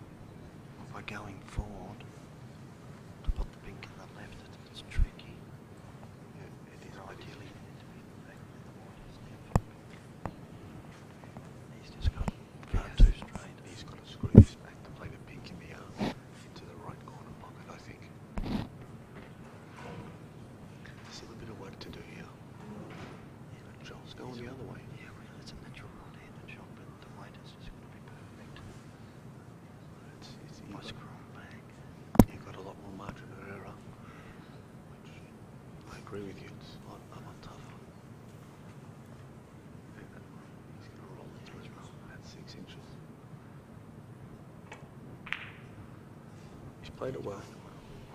Now this is the shot to go 4 all, 3 all, sorry. Yeah, it's all about the shot. This has been a great comeback. The crowd's going to go. This goes in.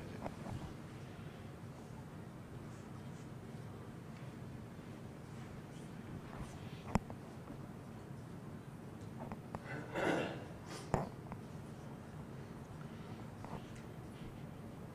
can hear a pin dropping here, guys. We don't even have a pin.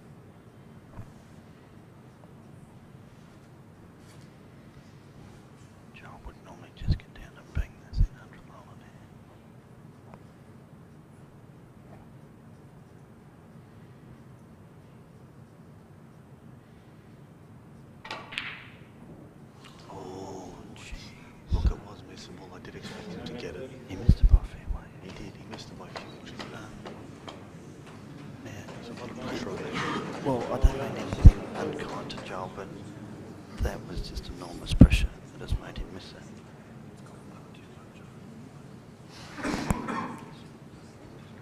Okay.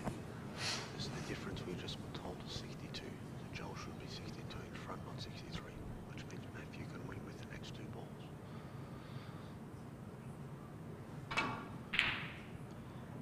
Oh, where's this one going? I'll tell you what, if the pink bounces, I think he's left this. Oh, that's a tough shot. Is it nickable from Yeah, the it is nickable. It's a tough shot though. He's in the jaws of the pocket. So, yeah, good point you made that the scores on the screen are not correct. It's actually 62 to 50. Okay. So basically Matty needs them both to win, not to tie. And as I said, this is a very tough shot for Johl. His hands, he's bridging off the rail. Gee, I've just stood up and had a look at that. That is as ugly as you can get. It is. I'm glad I'm sitting here. Tell you what, you'll be thinking about that pick he missed before. Looking at this shot, it's so tough. You would back him every day of the week to put that pink, wouldn't you? You would, yeah, but I think there was a lot of pressure on that ball, as you said. I thought at the end, I know it's easy to say afterwards, but it's almost like he overthought it and stayed down on the shot too long. I think he got back up because he obviously realised the importance of that shot. Maybe he talked himself out of it, I don't know.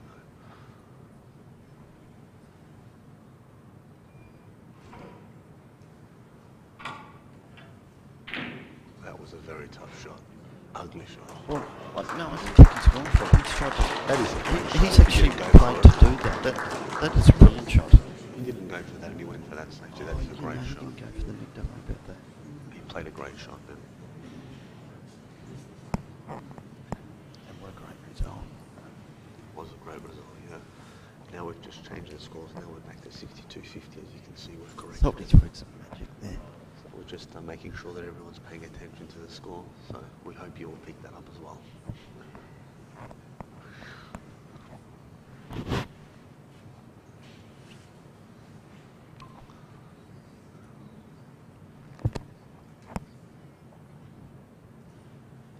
It's on the road just above the centre pocket, I think. That's close. No, it's not in. No. But it's not a bad shot, going across the I think he plays this across 3-4 cushions. Puts the down deck beyond the safe. pressure. Yeah. Puts you under pressure. Gets the weight down between the ball colours. He's really got to lift it to the zone. Because the balls have been pulling up off the rail. It's the pink full ball. Not 4 cushions. Yeah, it's almost 5 hitting the back rail and tie up. If it hits the back rail, it's fine. Leaves the white behind the brown spot. And he's played that well. Played that very well. Always the shot there.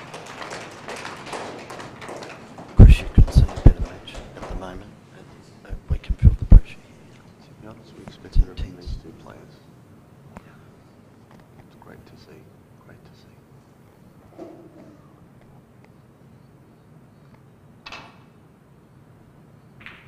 Yeah, he's Of played a course. professional safety shot. Tough shot, played well. They had to drag the length of the table.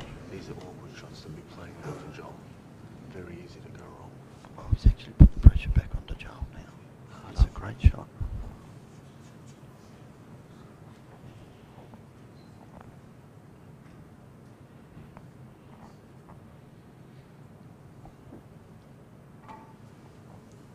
Played a containing safety shot.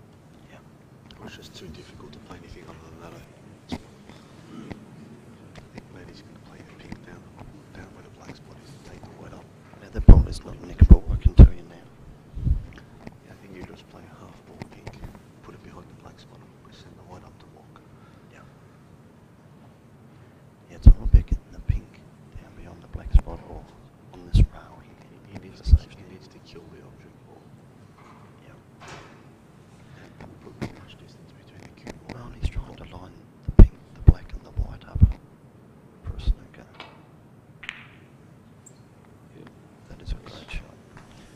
He's left a Bolton safety here for Johl. This is world class, Chris. It is great safety in this frame.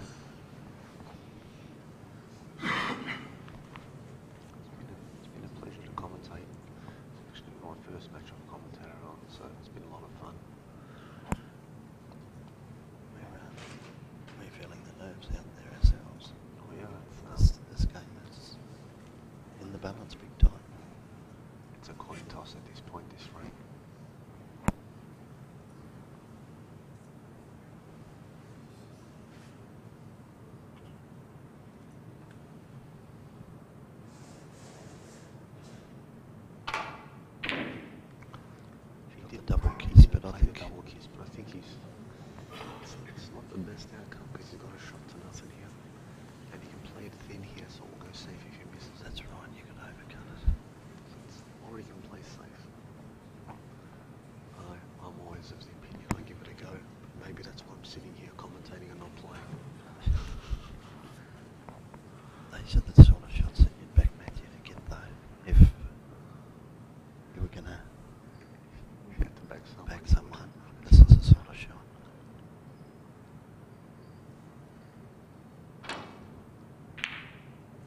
Oh, look at that. Yeah, how's his luck? He's going to be right on this, right? No, Like he's he's not. stuck on it. No, he's not. Yes, he is. Look at that. Stuck on it. I saw the weight going. Yes, I thought he was going to land. You won't see a better pink than that, ever. He couldn't do that again if he tried, I'll tell you. I'm not sure, is that touch and ball? No, I don't think it's touching. But then again, I'm blind, so I'm probably not the right eyewitness for that. I don't think he's touching. I'll run either side. Right on it. The drama continues here. Surely you can't hold that. Without avoiding the push. Or from the TV screen, that's what we're thinking at least. It doesn't look like it's possible from where we're sitting. I think that's way too close to pot. It has to be too close. Oh, there is a bit of a gap there. He's going to go for it by the looks of it. Oh, man, seriously. We do have a great referee in Gary Knight, so he'll be all over It's this. a tough call, this one. Tough call. Oof. I think it's too close to call. He's going to go for it.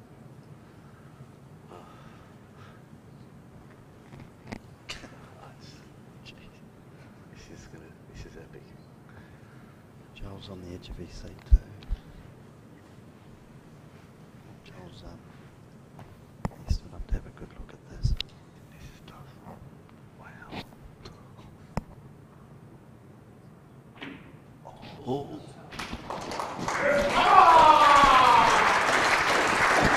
Well, there you go. 4-2 on the black. Matty wins.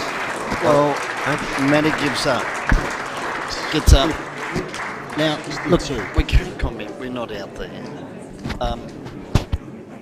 Obviously, it was a fair shot. Yeah, well, look, The referee has called it as fair. and it didn't sound like it was a push from here. To be fair, and To be fair to Matthew, I think that Matty was a knows what a great push shot is too. Yep. I think he would know a push shot by now. But I mean, it's to land there. I thought he was a bit unlucky initially, but what a That's pink, right, yeah. and what a black, and the guy's as tough as nails. Unlucky to Joel. You're a great Hey, player, Joel mate. You're gave all that class. everything, and realistically, he was in the driver's seat there right till the end. He was. It was one shot away from making it 3-all. I feel sorry for Joel, but I'm happy for Matty.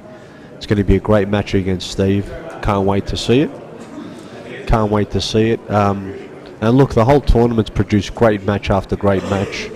It's been good for spectators, and yeah, we'll look forward to a little break, and then we'll Yeah, I'm get not sure back. how long the break is now. I think it'll be probably 15 minutes or so. I don't imagine it will be too long because it's actually 5:10 at the moment. Okay. Is it best of 7 or best of 9 the final? Best of 9 the final. So the final is between Matthew Bolton, who just beat Joel Younger, There'll be about a 40-minute break before we and Steve. final underway. So there's a Yeah, 40-minute break. I'd like you to put your hands together and compliment both players on both. So we're basically going to get back at 10-6, and we'll look forward to seeing everybody here in the final. And Matthew, well done, mate. So Matthew's about to come across now, and you're just going to talk a little bit about the match, and you know what a hard-fought battle that he won, and it's going to be an absolutely great match between him and Steve. So we've got Matthew Bolton here. Well done, mate. Well done, Matthew. Well played. How Great shot. close was it? We're not saying it was a push shot. I think we just want to know how close the white was to the black there at the end. It was pretty close. Yeah, it was pretty close. I had to jack up a little bit to make sure I didn't push it, but there was enough of a gap there. So it was a push from here, and Didn't Joel sound took like it in one. his stride as well. Oh no, it was a fair shot. Wasn't even close to a push. No, wrong way away. It didn't sound, and the ref would have called it as well. So it's definitely not the case. Not even close. Has the nerves, mate. Yeah. That was look. We actually had What our a money great on match. potting that pink at the end, and to end up where you did on the black.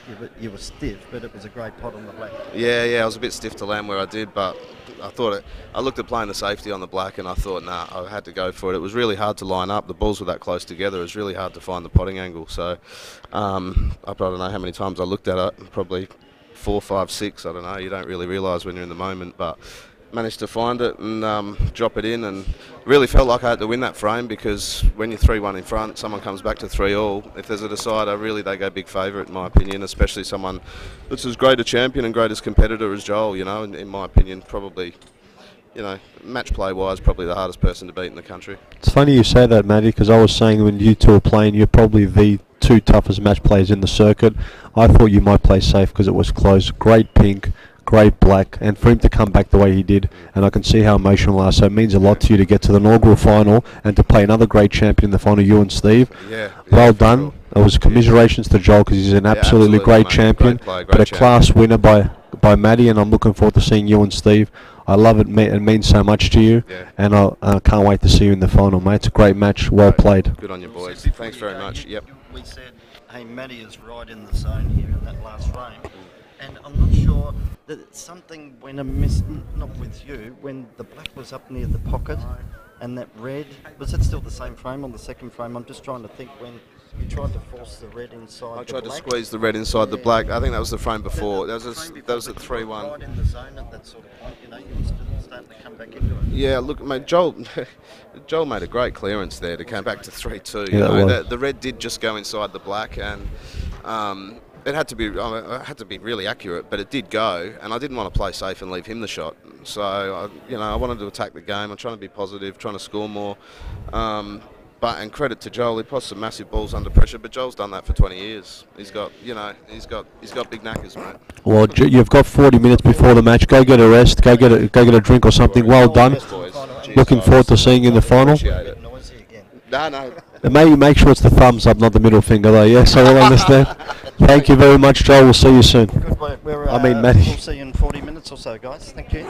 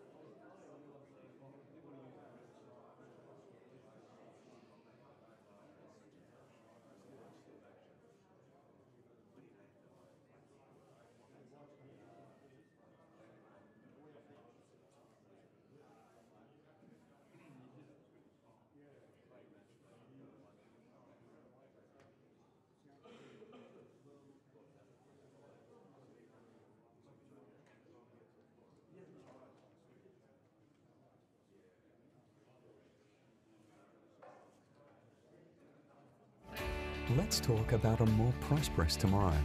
A tomorrow where your finances, property investments, property management, accounting, and financial planning are looked after in an exceptional capacity, all under the same roof. When hiring Reventon, you are hiring a team of professionals to support you in your investment and financial decisions. Your future is Reventon's future. So, let's talk about a more prosperous tomorrow today.